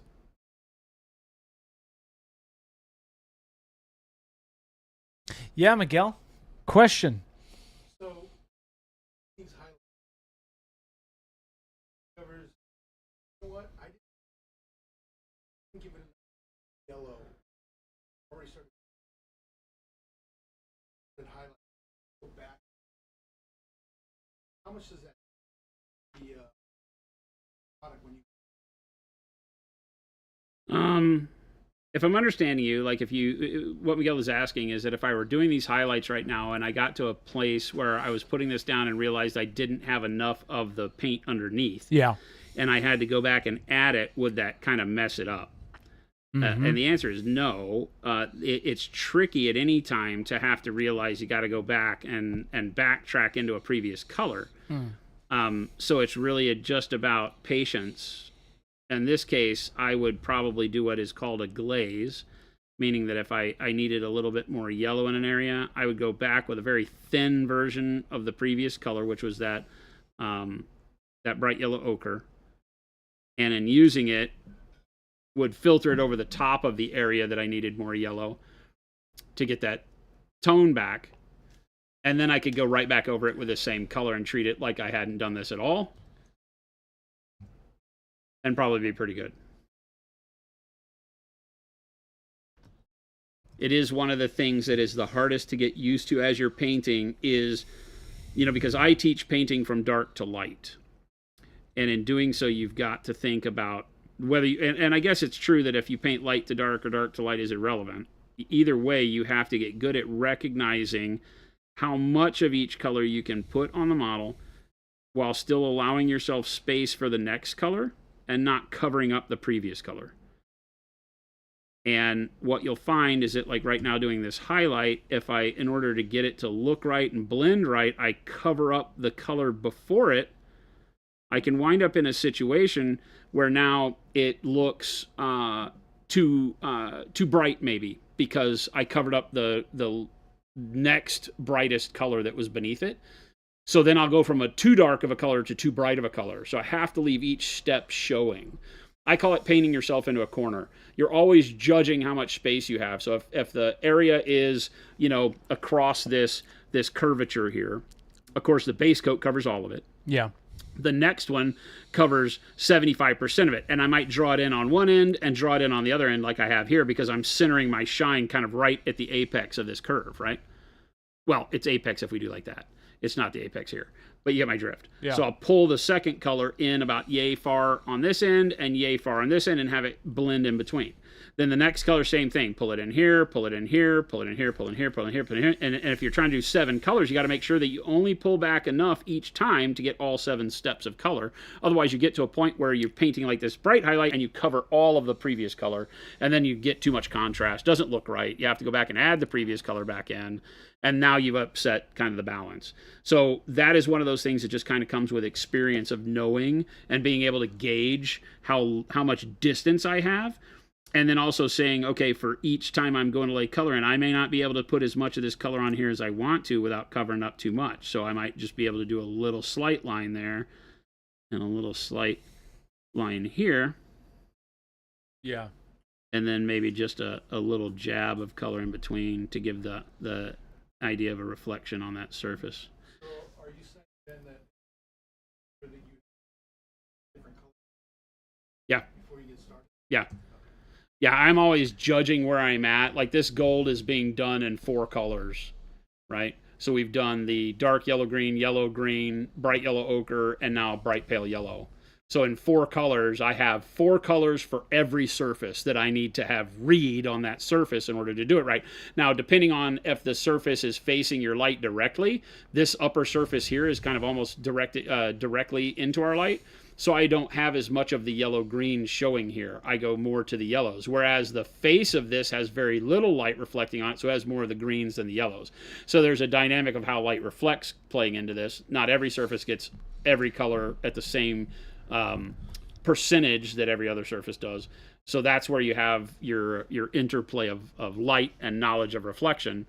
But once you have a particular facet or face of this, I treat this flat part of the curve different than this flat part up top, different from the face. I divide it up into various parts. And then for each part, I say I have 4 colors. How much of each color needs to go here to pull off what I'm trying to do? And it really is like that. You can't just look at the whole thing, the whole shoulder, and paint every part exactly the same, or it looks silly. That George, was a great question. No, yeah, it was a great one. George just has a question here, too. I just got back from shopping and picked up a couple of your paints. Also, do you guys know where to get any cool Cthulhu heads? Because I don't like the Zinch heads for the demon prints. Cthulhu-style heads. That would be a cool thing on a print, I would go on like a My Mini Factory or something, and then see if you can find any, or go on Etsy, because I think 3D printed heads is going to be what you're looking for. Yeah. And there's so many people doing that these days that I bet you can find something cool. Cyber says, I'm working on my Seraphon army and I'm doing a Godzilla design because I'm surprised no one has done it yet. But I use primer for black, primer of Chaos Black. Now I'm trying to figure out the rest. What, Cyber, be more specific, what are you looking for on that? Are you looking for color recommendations? What are you thinking? Yeah, I'd have to know more. Yeah. That was kind of like a statement. Help me understand what you're looking for. I remember you had mentioned something about that yesterday too, Cyber. So yeah, if you have a specific question on colors, definitely let us know.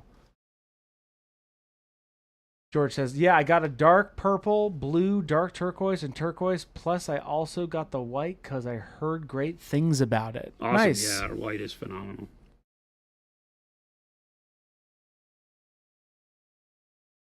Yes, the you can't go wrong with that dark turquoise either. It's one of my favorite colors. I mix that in with bright yellow green and fluorescent green to make like a ghostly glow, and I love it.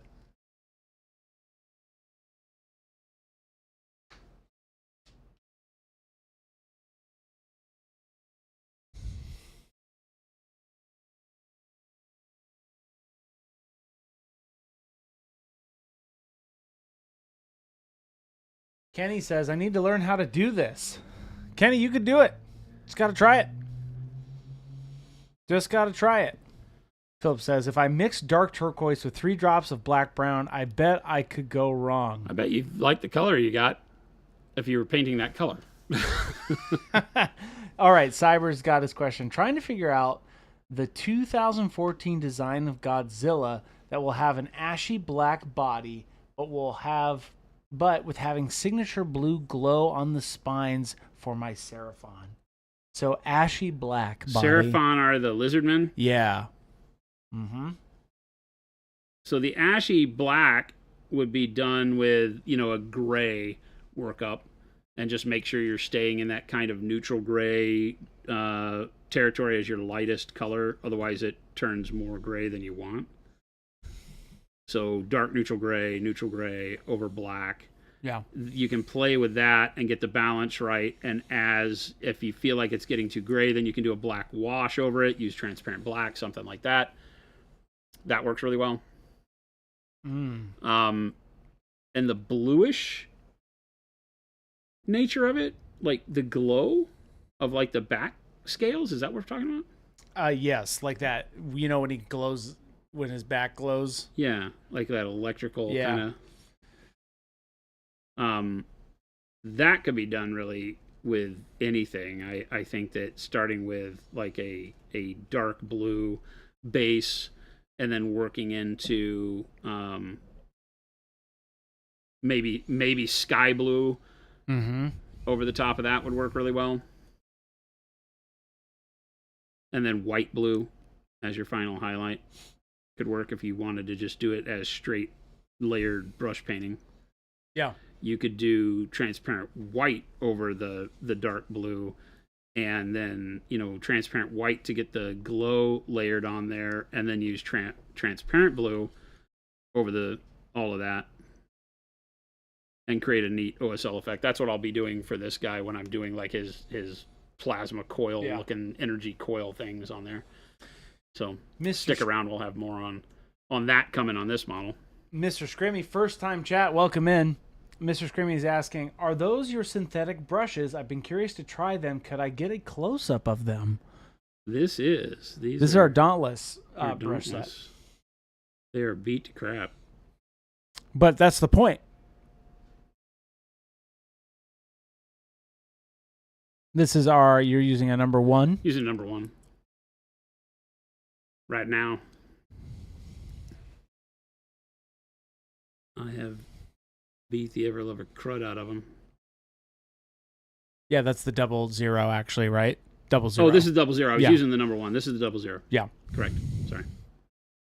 Mr. Scrimmy, they're actually great, and there are, our lower priced brushes, our entry brushes. They're awesome. You can't go wrong with any of our brushes.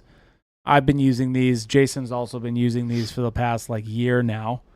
I only paint with our synthetic brushes. And now he's been painting a majority of the Dauntless brushes. Over a year. Yeah. So as we've been developing the filament and getting all of it ready to go, the white, if you look in a lot of our videos, I was using a white handled brush, and that's what this is. This is just the production version of the white handled brush. Brushes, I used 2 over the course of a year. I used 2 number 2, basically 2 number 2 Dauntless brushes.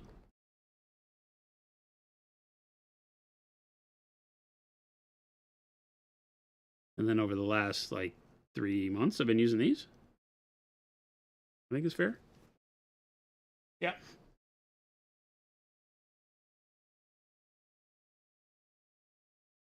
there any plans to get brushes stocked in the EU store, Jason? Yeah, 100%. The Dauntless brushes will be there. Coming very soon. Probably into this week. Nice. Or beginning of next. They just cleared customs. Sweet. Along with the tools. There's a whole shipment in customs right now that is clippers, knives, replacement blades, tools, neo bags, all of that. All the stuff except for more of the expert acrylics. We'll have more of the expert acrylics coming soon. Dark says, any plans for Dauntless angled dry brushes? No. Real question from Little Billy, not a Chris insult. I love that you have to preference that. Do you have any tips or resources when figuring out volumetric highlights, not the spoon? When trying to figure out volumetric highlights? Mm-hmm. Volumetric highlights. What are you asking me for? Tips. Learn highlighting shapes. the biggest tip that you'll ever get is go study geometric shapes, cone, cylinder, pyramid, cube, sphere, right? Go study how all those shapes reflect. Then start looking at your model not as a Space Marine, but as a collection of geometric shapes, right? I don't look at this guy as, you know, Ildurgistan the Fourth, you know, leader of First Company. I look at him as a whole bunch of different shapes. So as I'm painting this, you know, I've got this top of this knee plate is a cylinder. It's a really thin slice of a cylinder. So I highlight it like a cylinder, right? When I'm looking at this, this is a slice of a sphere. And so I have to highlight it like a sphere, or another very thin slice of a cylinder. It rolls across the top more like a torus or whatever it's called. So I have to think of that. These are single faces of pyramid almost. Yeah. Right? So I have to just look at them for what they are shape-wise, and each time I'm going to touch the brush to the model, I'm thinking, okay, what's the shape I'm about to paint? How would that reflect light? Where is it in positional relationship to my light source? Right? I have to do all of this thinking. It becomes super simple the more you do it. At first, it's tough because you're like, oh gosh, I just want to paint my guy. And you have to think more in terms of, okay, what am I painting right now? Edges are just edges, right? They become a little bit easier. But you have to think in terms of where's your light source with everything you touch a brush to. Is there another light source close by? You know, every time I put one of these bright doots or deets of highlight on an area, it becomes a light source, right? That bright thing that I just painted on the foot there would now become a light source that might reflect on other things around it. So you have to be taking that into account too. If you're doing non-metallic metal. Or just standard volumetric highlights for, you know, shape, you're worried more about the shape and the direction of light. And then you kind of stop there. But it all comes down to the fundamental understanding of how different shapes reflect light. You have to know that. This goes back to, like, if you take just a standard, you know, entry-level sketching course, right? Charcoal. Then you're going to have to learn, you know, they'll have you do the charcoal of the apple in a basket, you know, or the flask of water, or, you know, all that stuff that you've seen a bajillion times as people do art. Yeah. You know, they'll have you do the fruit basket because it has a lot of shapes to it, and you'll learn how light and shadow and contrast work to give you the feel of volume. Now, when you're looking at reflective, it's not the same, right? Because reflection is about the shape and how light bounces off of it. So like what I'm doing right now is doing both. It's creating volumetric, but it's also based more on the shine and reflection of the light. Yeah. As a surface material, the mid-tone colors that we built up were more of the volumetric ones. These kind of lead you to that, or led to by that. I don't know what the right way to say that is.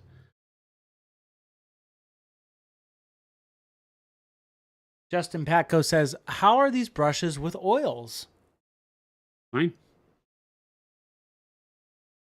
You know, all of our brushes are built around the drawing and releasing of low viscosity paints. So when doing oils, if you're thinning them down for use on miniatures, then these are great. If you're trying to oil paint a canvas, you're going to want a thicker brush, right? You don't use sable hair for doing oil on canvas because it's too flexible, and you have a very thick paint that you're trying to get, you know, usually very good texture out of, and peaking, and it doesn't flow. So you need a stiffer brush when doing canvas oils.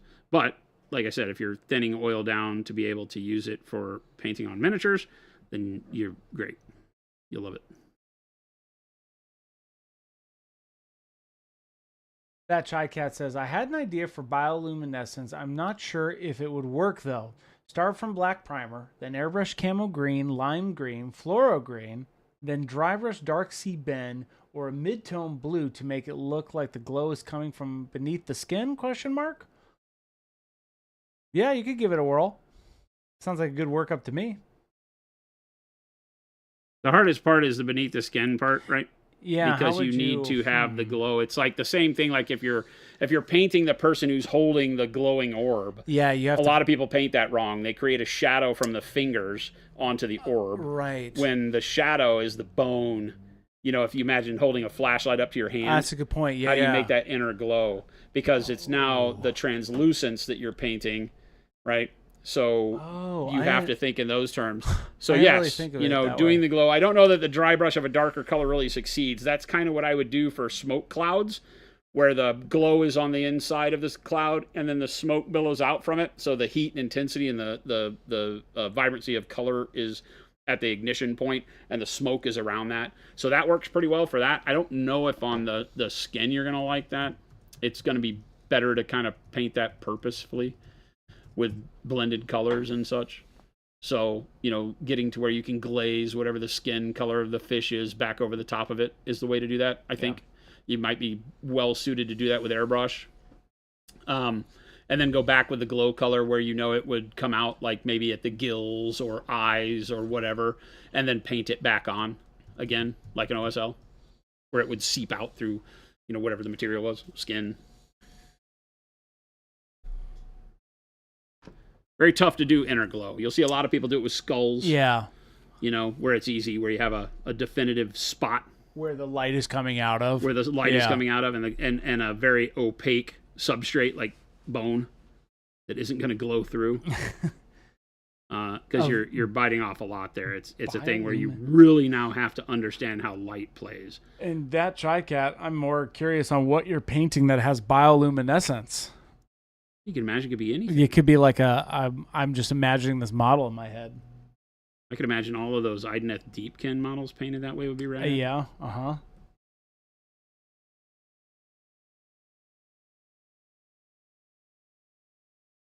That TriCat says, yeah, that's what I've been struggling with in my head. Thought dimming the sticky out bits would maybe do it, but that's super helpful. Nice.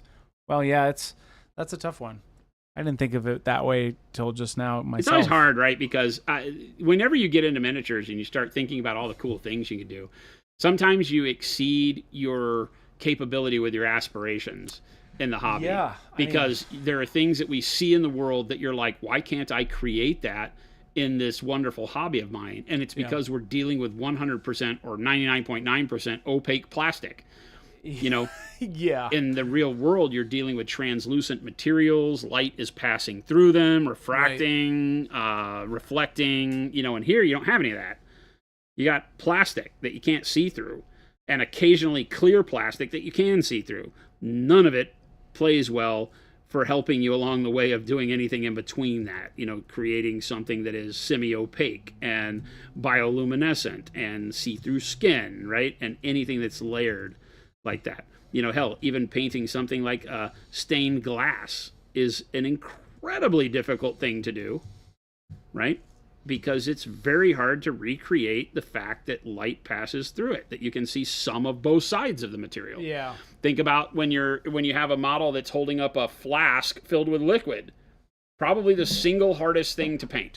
You know what? I just painted a bottle from the Rattlings have these bottles, and I'm like, I don't know what the heck I'm going to do with this right now. If the bottle is on their hip, which a lot of flasks for wizards and stuff are along the hip, but if they're holding it up like this, worst thing in the world to paint. That's what because it's all the way around and it's opaque. Yeah. And you have to paint it like you can see through it. And you don't have the ability to paint 360 degrees. You can paint all 360 degrees of it, but each time you look, you have to paint strictly for the face you're looking at to make it look right. And then you turn the model and it no longer looks right because you've painted one part of it. Now you got to layer another part and stitch them together. It's the hardest thing in the world. Dude, I'm to teach people that. I've had some one-on-ones back in the day where I was doing one-on-one online tutorials with people, and people show me the model they wanted to paint. I said, I will teach you everything except that damn flask. The flask will have to be its own class.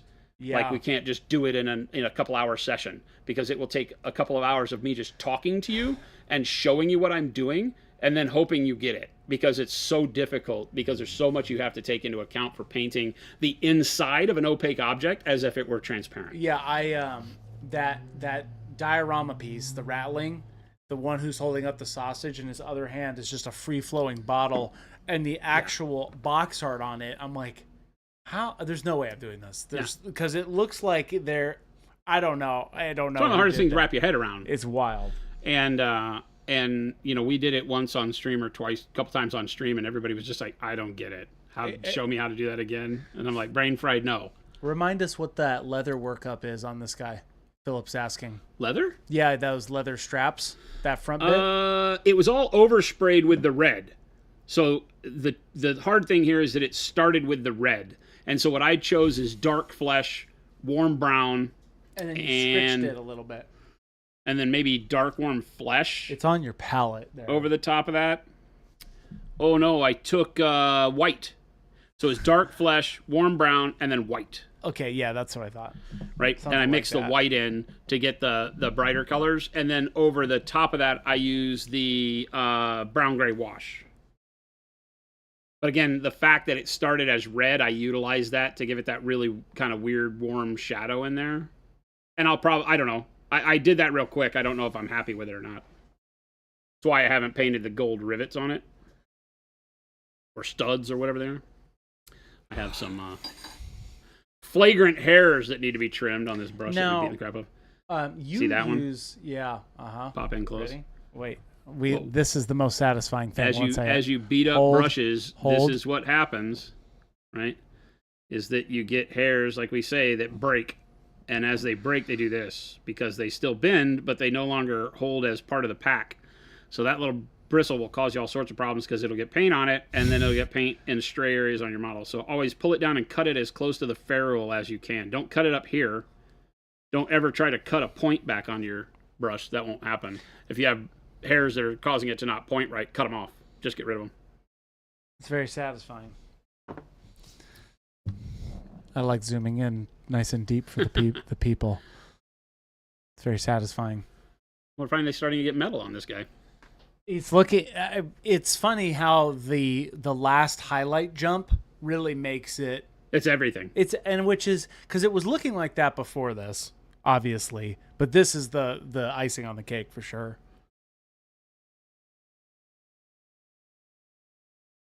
Panic Bomb says, I get how to paint a bottle in 2D. No clue how it translates to a mini. Yeah, it's wild.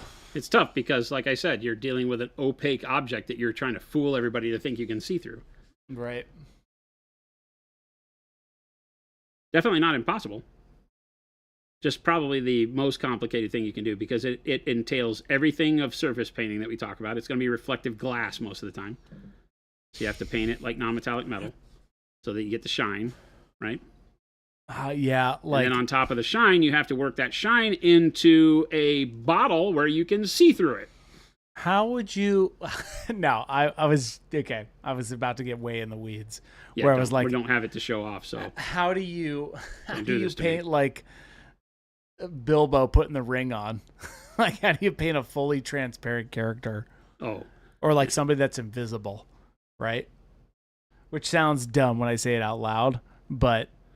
Well, I wish they wouldn't make those models. It's so... It's very difficult. It's one one thing to take it and paint it. I would paint it like it was opaque. I don't like the clear plastic. It looks funky. It doesn't look like it's part of what you've painted. It doesn't feel like a part of the world. So I would prime it, make it opaque, and then paint it from there. And I would create something like you would do with your night haunts or something where you would create an ethereal color. Yeah. Well, not a glow, an ethereal color to represent being invisible. Yeah. Right? And you wouldn't do any detailing on it. And then you would have something on there that was like if he was putting the ring on, I would start the invisibility from his hand and have it go up through his chest and head maybe, and then paint the rest of his body as if it's still visible. That's a good point. Right? And do a break that like told it's a story. Happening in mid. So you knew something was happening because you can't paint invisible. What you can do is you can paint some effect that makes people realize there's something happening, and then their brain goes to recognition, and then invisible becomes part of the story. Right? It's like that's what the night haunt thing is with those colors, is that it's ethereal ghosts. Yeah, they're trying to paint ghosts that don't exist. But then they have the weapon is painted opaque. Yeah. Right? So it's this ghost carrying a sword.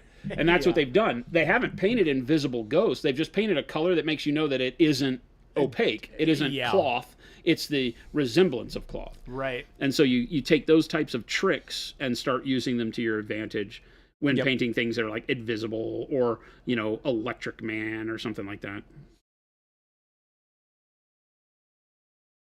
S5 says, when your layers are so thin on gradients like this, what are some tips on keeping your layers from getting smaller and smaller and not accidentally moving your line over time? ?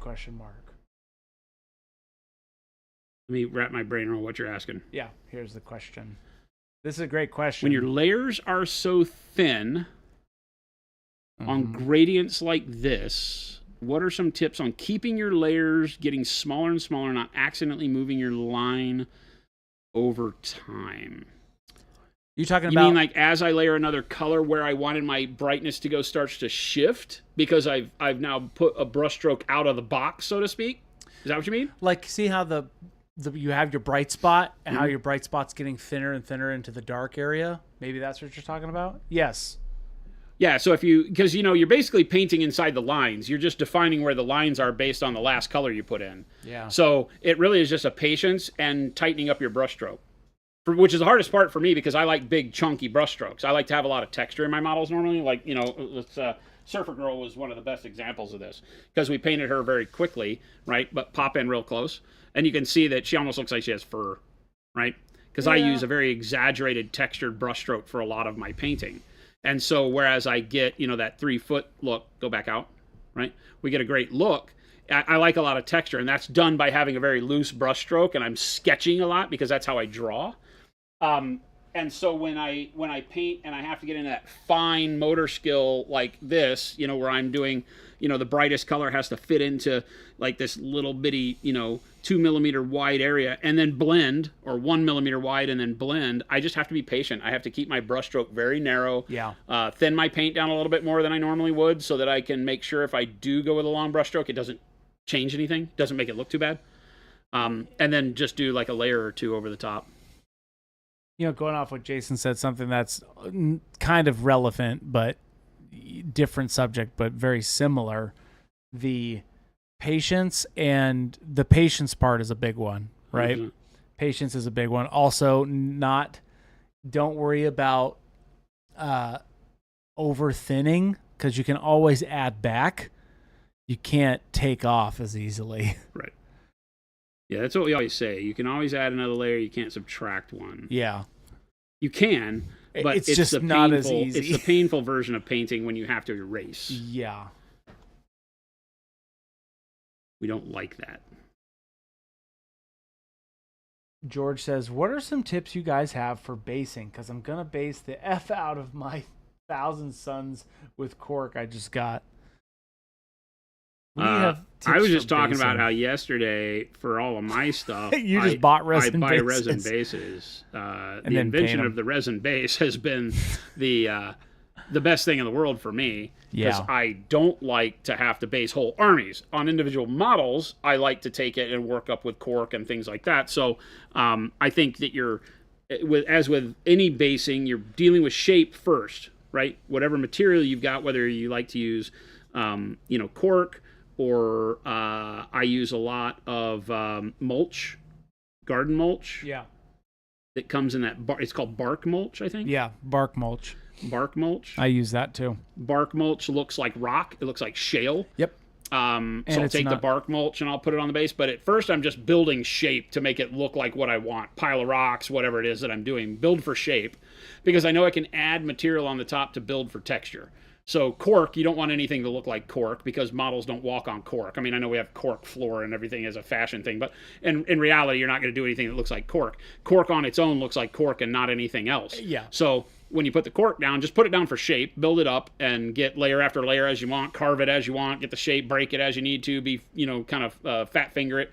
And then use something like our basing texture, like our concrete basing texture or our snow basing texture, something like that, and layer that over the top of it to seal it. You can also use white glue, right? Standard PVA glue mixed with water, and use that to seal cork. It'll fill in the gaps to get rid of all the crackle-looking stuff that cork has as a texture. That can smooth it out, and then you can use it as just the material it is. Some people will use foam for that, whatever material you're using, whatever you're comfortable with. build for shape, and then texture with paint and other product to make it turn into what you want it to be. Because I've used cork and then turned it into broken metal. You know, you don't have to have it be something even natural. Tadpole Jackson, how do you decide how far to go into the darkness to come with the next highlight layer? Working on orcs and doing the first 50-50 layers of the base midtone, and I'm struggling with not covering everything. In some places it's easy, but in other places the areas are so freaking small, I don't know how to layer like that. How do you decide how far into the darkness to come with the next highlight layer? I guess when going from like the area where you're talking about, where you're kind of at that base coating level, yeah, that what I'm doing is I'm covering most of the model with my base coat color. So if I've primed with dark purple, yeah, I don't leave a lot of dark purple. What I talk about, and like in my Adepticon class, this is how I teach painting. And this is the thing that I don't probably say enough on stream, is that let's say this guy. Let's just take this because we're familiar with the colors I'm using.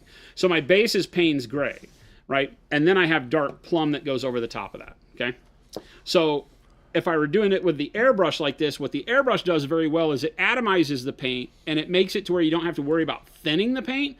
I can just back the airbrush up a little bit and cover all the blue with the dark plum, but the further the airbrush is away, because it's turning all your paint into little drops, and those drops spread further away the farther they have to travel. I pull the airbrush back a little bit, and the dark plum can be the same opacity, but when I spray it over the blue, it cannot have much effect. When I move the brush closer, it puts more paint on, right? So that's one way of thinking about it. I'm going to cover pretty much the whole model with dark plum. There are some points where I want to thin it more, or draw the airbrush back if you're airbrushing, right? Versus not. So I have, this guy's probably a good example, right? This guy is just the basic. Pop in close on this. Closer. Right? So this guy will show you how you'll get the feel of the Payne's Gray, right? You'll see some of the blue shine through, like at the bottom of the kneecap and all that here, right? And then you'll get the reds and the dark plums and all that, but you can't tell where one starts and the other stops, really. Maybe with the red, you can start seeing the red start to filter out of the shadows, but again, it blends with all those colors. This is all done with airbrush, so it kind of handles it by virtue of the atomizing the paint. But if I were doing this with brush, it's like you paint the Payne's Gray, and then I go over almost the whole model with the next color, but I do it very thin if I'm painting with the brush, so that it doesn't cover it with opacity. It just gives a skin of color over the top of the Payne's Gray. It doesn't really change the Payne's Gray too much, but it sets the foundation for my next layer of dark plum to go on and actually be dark plum. Because there's a problem, right? Let's do this as a test. I think this is a good way to end the show, right? Because nobody needs to see me paint another 50 million miles of... You have a texture trainer you're looking for? I do. I'm just trying to pick which one I want to use here. Maybe like on the back of this wing. Okay. This is a great question. And this is something that I think most people don't consider enough when painting. And this is some of those fundamental basics that will help you no matter what you paint. I don't care who you are. I don't care how you're painting. I don't care what your plan is. This will help you 100% of the time. Okay? Guaranteed. Take this to heart. Use it all the time. And you will be a much better painter for it day one. Now that I've built myself up where if I fail, I'm a laughingstock, let's put it to the test. Right? This is the same concept that I teach in the class that I taught at Adepticon. Right? I should go get Crimson Dynamo. So I have him at home. I have one. Yeah, I have the class model at home. I just found it the other day. I have a dark one. So if we're starting with the Payne's Gray, just take the brush and you're going to paint everything, right? I always recommend painting the whole model. As you get more adept at painting, you can start understanding where your shadow color wants to live and take the time to just put it where you want to see it. But I also like the idea that because I typically choose colors that are counter to the model color, like in this case for my Blood Angels, my shadow is blue but the model's red, right? So there's a part of me that really likes having the blue underpin the whole model. It gives me the freedom of later on, being able to control how my shadow looks. If I want to leave a little bit of the blue in other areas, I can, whatever, okay? So paint everything with your base color. This is like if you had airbrushed it or rattle can primered it or whatever, right? Then I'll jibber jabber for a minute while that dries. But the idea is that with your next coat, and this is true of every time you switch colors, if you think this way, you'll find that there are times where you'll change this up, but that'll be progressive. The right place to start is to think in the way I'm about to tell you. I now have a Payne's Gray coat. I put it on opaque. I didn't thin it at all. I just want color. I want full coverage, boom, Payne's Gray over black, right? I didn't thin it. I didn't worry about it, whatever. You get Payne's Gray. Now, right, if you want to switch over to the palette, now for my first coat of the next color, I get a brush load full of water. I maybe wipe it once on the paper towel, but it's really wet, so that I can pull the dark plum out and have a very thin layer of dark plum. Thin opacity, not necessarily thin viscosity. That's going to depend on the paint, but it's going to be very thin. I can see through it easily, okay? So that's the first layer I'm going to do. And in most cases, I'm going to wipe a little bit off on my thumb, but in most cases, I'm going to paint it on damn near the whole model. Okay. Remember that my brush stroke always goes from the shadows or from the previous color to where I want this color, right? Don't ever paint opposite. Don't start, if I want dark plum up at the top, don't start at the top and pull dark plum down, because I'm going to leave more pigment at the end of my brush stroke. So see, I've covered all of this, but I've covered it with a very, very thin coat. Go back and get some more paint, a little bit more water, thin, right? And again, pull my brush out of the shadows, the low spots, up to the high spot like this. Boom. Right? Thin coat. Right? So this has now set me up to where the Payne's Gray has a really good effect in the darkness, right? But it has a little tinge of the next color on it. Okay? So now it's all the same. Right? It's all blue and plum. Okay? Then I go back and I get clean, rinse my brush off. Now my brush is filled with water, but then I wipe 1, 2, 3 times on my paper towel, and I draw out another leg of color, and it's not as thin. See? More opacity. Not like this, right? Then with this one, now that I have a base of royal plum or dark plum on top of all of the blue, now with this one I come and I start feathering it in. Light brush strokes, same thing, but I pull it in probably about 75% of the distance of the model, right? And then I start painting this up top, right? So leave about 25% of the area down below covered with the blue or Payne's Gray and the dark plum that was really thin, and then work this not so thin dark plum again back up to the top. Okay? I've got these wing fingers or spines or whatever, and I can feather that how I want. I can put a little bit of texture to it if I want, but boom. So now I have what is now reading like just Payne's Gray, but it isn't just Payne's Gray. It's the Payne's Gray with the pop in real close. Yeah. It's the Payne's Gray with that very, very thin layer of dark plum on it. There's never a line where it's just Payne's Gray, but because now the dark plum looks more like dark plum, it shows as being Payne's Gray. Even though there's no legitimate Payne's Gray showing, all of the Payne's Gray here has a very thin coat of dark plum over it, but you'd never know it. It reads to the eye like Payne's Gray to plum, but I've not blended a damn thing. Not once. I didn't blend anything. All I did was put a very thin coat on and then pull in 75% of the way and put the next coat on. Right? And look at that blend. Good enough to take home to mom. Meet mom and dad. Now, if you want it to be more plum, rinse the brush, wipe it off on the paper towel, go back here to where it's more opaque, right? And now I'll pull in just a little bit more. If this was 75%, let's pull into where we're only painting 50% of the area with this full opacity royal plum. Again, every brush stroke going from the darkness up to where I want the color. Boom. Only painting about half the area, like so.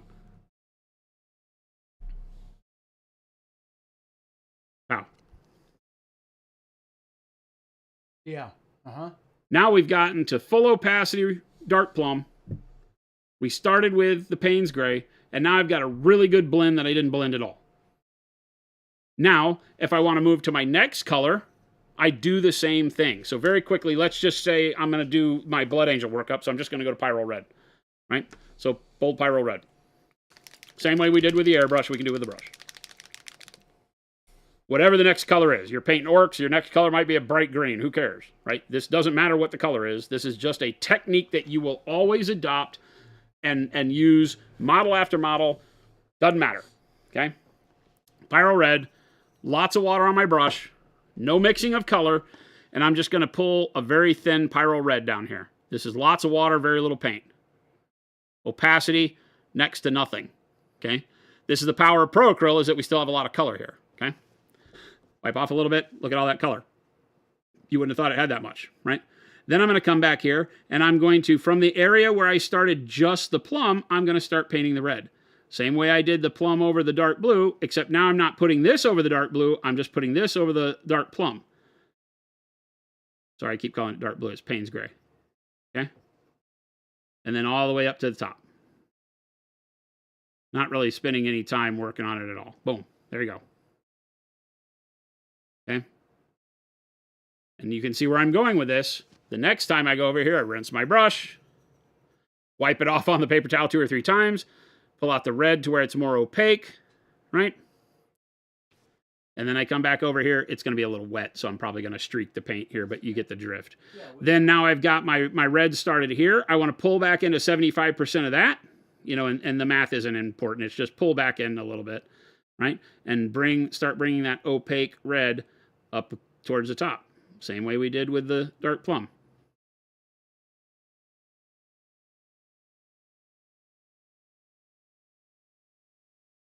This is how I paint everything. Legit. Everything. Just a little bit of water on the brush, just enough to keep the paint flowing, right? And then pull just a little up inside of where you were before and make that red. Okay. It's called painting like Jason. I don't know. Made it up. Like, kind of layering. Yeah, I don't know. It is. It's just layering. It's the way you should layer all your paints. You start every color to color. You go thin with the first pass of any color you're using, right? Layer it back over the previous color to get the blend started, and then go opaque, more opaque with that same color, right? And just tighten in where you paint it, right? So now I'll go to where it's very opaque. Well, not very opaque. I'm never using the color straight out of the bottle, but this is much more red, okay?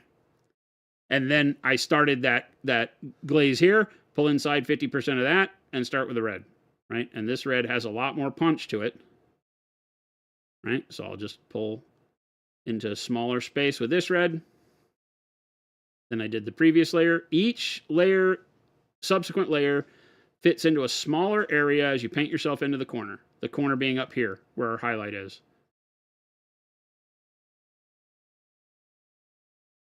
Right? And then I just keep doing that, same thing, and tightening up even further to where now I'm just up in this small area here with more of the opaque red. Boom. And now I have my blood angels done by hand, right? And look at that fade.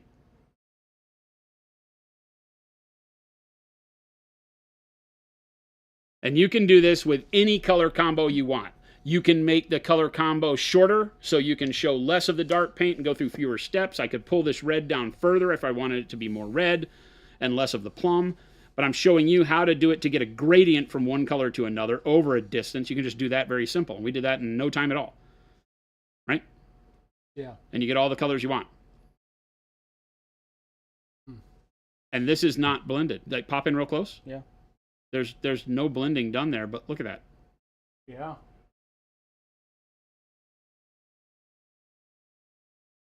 You're seeing as the red's drying, you're getting that nice transition. And you can do this. Everybody out there can do this. This is not rocket science. I didn't blend a single thing. I didn't use any special brush strokes. I didn't use any special brush or any special paint or any special medium. Pro Acryl, water, done. I did use a special paint. I use Pro Acryl. Right? This is what will legitimately make you a better painter overnight when you can get used to thinking of it this way. Just think of it like this. Your base coat goes on opaque. Don't have to do the thin part with your base coat. Base coat opaque. Every other color you put on the model should start very thin. Coat on the previous color. Right? Coat the whole previous color. Then less than and paint 50% of the previous color. Then less than and paint 25% of the previous color until you like it, right? Then you go in with your next color, and that color should be thin when you start, cover all of the previous color, which in this case was, you know, the red over just the dark plum part. not over the Payne's gray part. When I say previous color, just the last color. So I just want to paint the red over the dark plum areas, right? And then repeat as necessary. Yeah. And then you get into smaller and smaller areas where you can't do much until you're at an edge highlight, and you don't necessarily have to do the edge highlight thin. I typically do, because I like the edge highlight to kind of blend. So if I do the edge highlight thin, I get kind of a mid-tone edge highlight, and then I brighten it up towards the light source. Same color, I treat it the same way. So again, you can use this process for every single color you paint, build that repetition, get good at it, and then change it where you notice that you can get other things done by just using opaque paint real quick. We'll give you more texture. If you're painting like fur, you don't want to do fur where you do necessarily a thin layer first. You might want to just paint the hair, and it needs to be opaque to get it across. But you'll start to build that texture knowledge up over the top of this. This is the fundamental way to layer and paint everything that you do, period. You'll get tremendous blends right out of the gate. Look at that. That looks like we used an airbrush. Nobody would complain about that. Bingo, you're done. Bob's your uncle. You can paint anything in the world. Ta-da! And that was free. The next one I charge you. The next one's $1 million. Good stuff.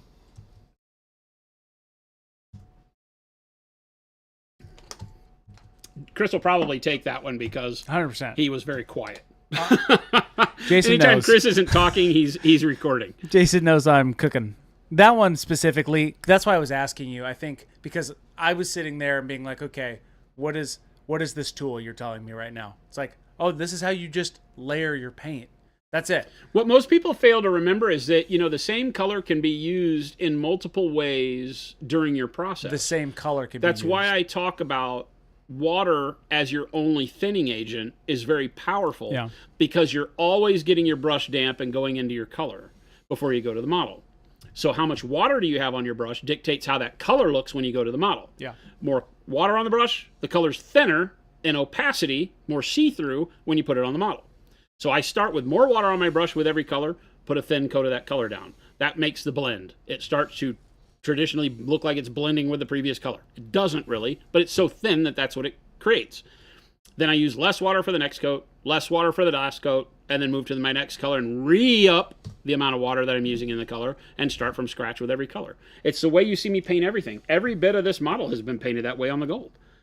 Every layer when I do it first is a thin version of that color. Pop in real close. Yep. The thin version of the color gives me the beginnings of the blend, right? And then as I go more opaque, you get to see the color put, the light where I need it in this case, the shine where I need it. But it extends beyond that shine point with the thin version of the color and comes into the shine version of that color where I put the opaque version. You can see it right here on that bright spot and this bright spot. They're not just opaque to the edge and making a block of color. They're opaque in the middle, and then they just kind of blend out, right? And not spending a lot of time on it. I mean, it takes a lot of time to do it just because there's 50 million doohickeys on this guy that need to be gold, but, right? Mm-hmm. So you see, I'm not really doing anything special. My brush strokes are still chunky. It's meant to survive this. It's meant to look good at this level. So that's how I paint everything.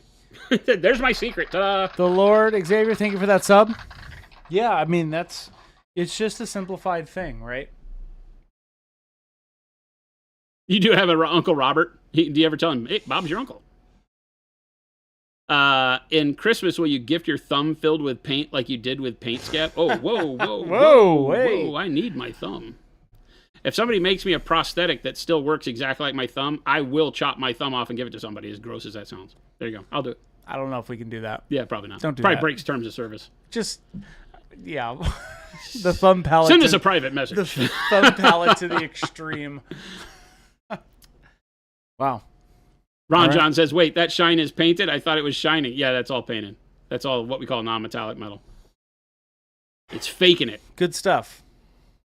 All right, gang. Thanks so much for hanging out with us. We had a great stream. Lots of fun, lots of banter, a poop joke or two.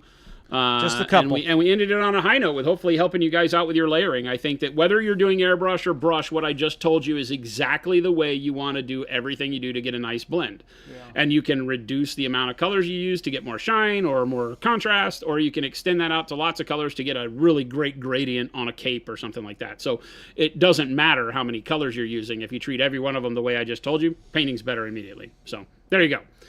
Thanks for hanging out with us. Make sure to check out all the links that Chris put up in chat there. We've got links to the store, links to the store finder, so you can find a local gaming store close to you that sells our products. We'd love for you to try ProAcryl and all of our wonderful products next time you've got a project and you want to do something new with it. I think you'll love what we do. Thanks for tuning in here. Make sure to join the Discord if you're not already there. Over 6,000. We have over 6,000 people now? I think so.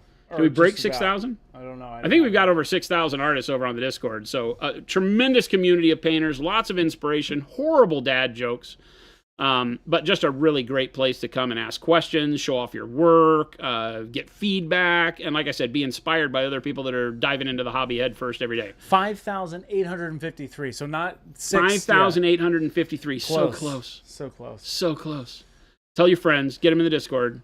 I need to break 6,000, so at 6,001 I can say nearly 7,000 artists. Nearly 6,000. We're nearly 6,000. Your Uncle Bob is a rocket scientist, which opens up even more joke opportunities. He's a tremendous guy. Wow. I can already tell I would like Bob. That's fun. But thanks for hanging out with us. Make sure to stick around. Chris is going to find us somebody to raid. We stream here 5 days a week, Monday through Friday, 2 p.m. to 4 p.m. Monument Standard Time here in Phoenix, Arizona. Right. We'd love to see you back, so hit that follow button and Twitch and the subscribe button if you're watching us over on YouTube. We'll be back again tomorrow with more wonderful Blood Angels. Tune in for the rest of the evening. Show some love in the chat we wind up in after Chris's raid, and we'll catch you back here tomorrow. Adios, gang.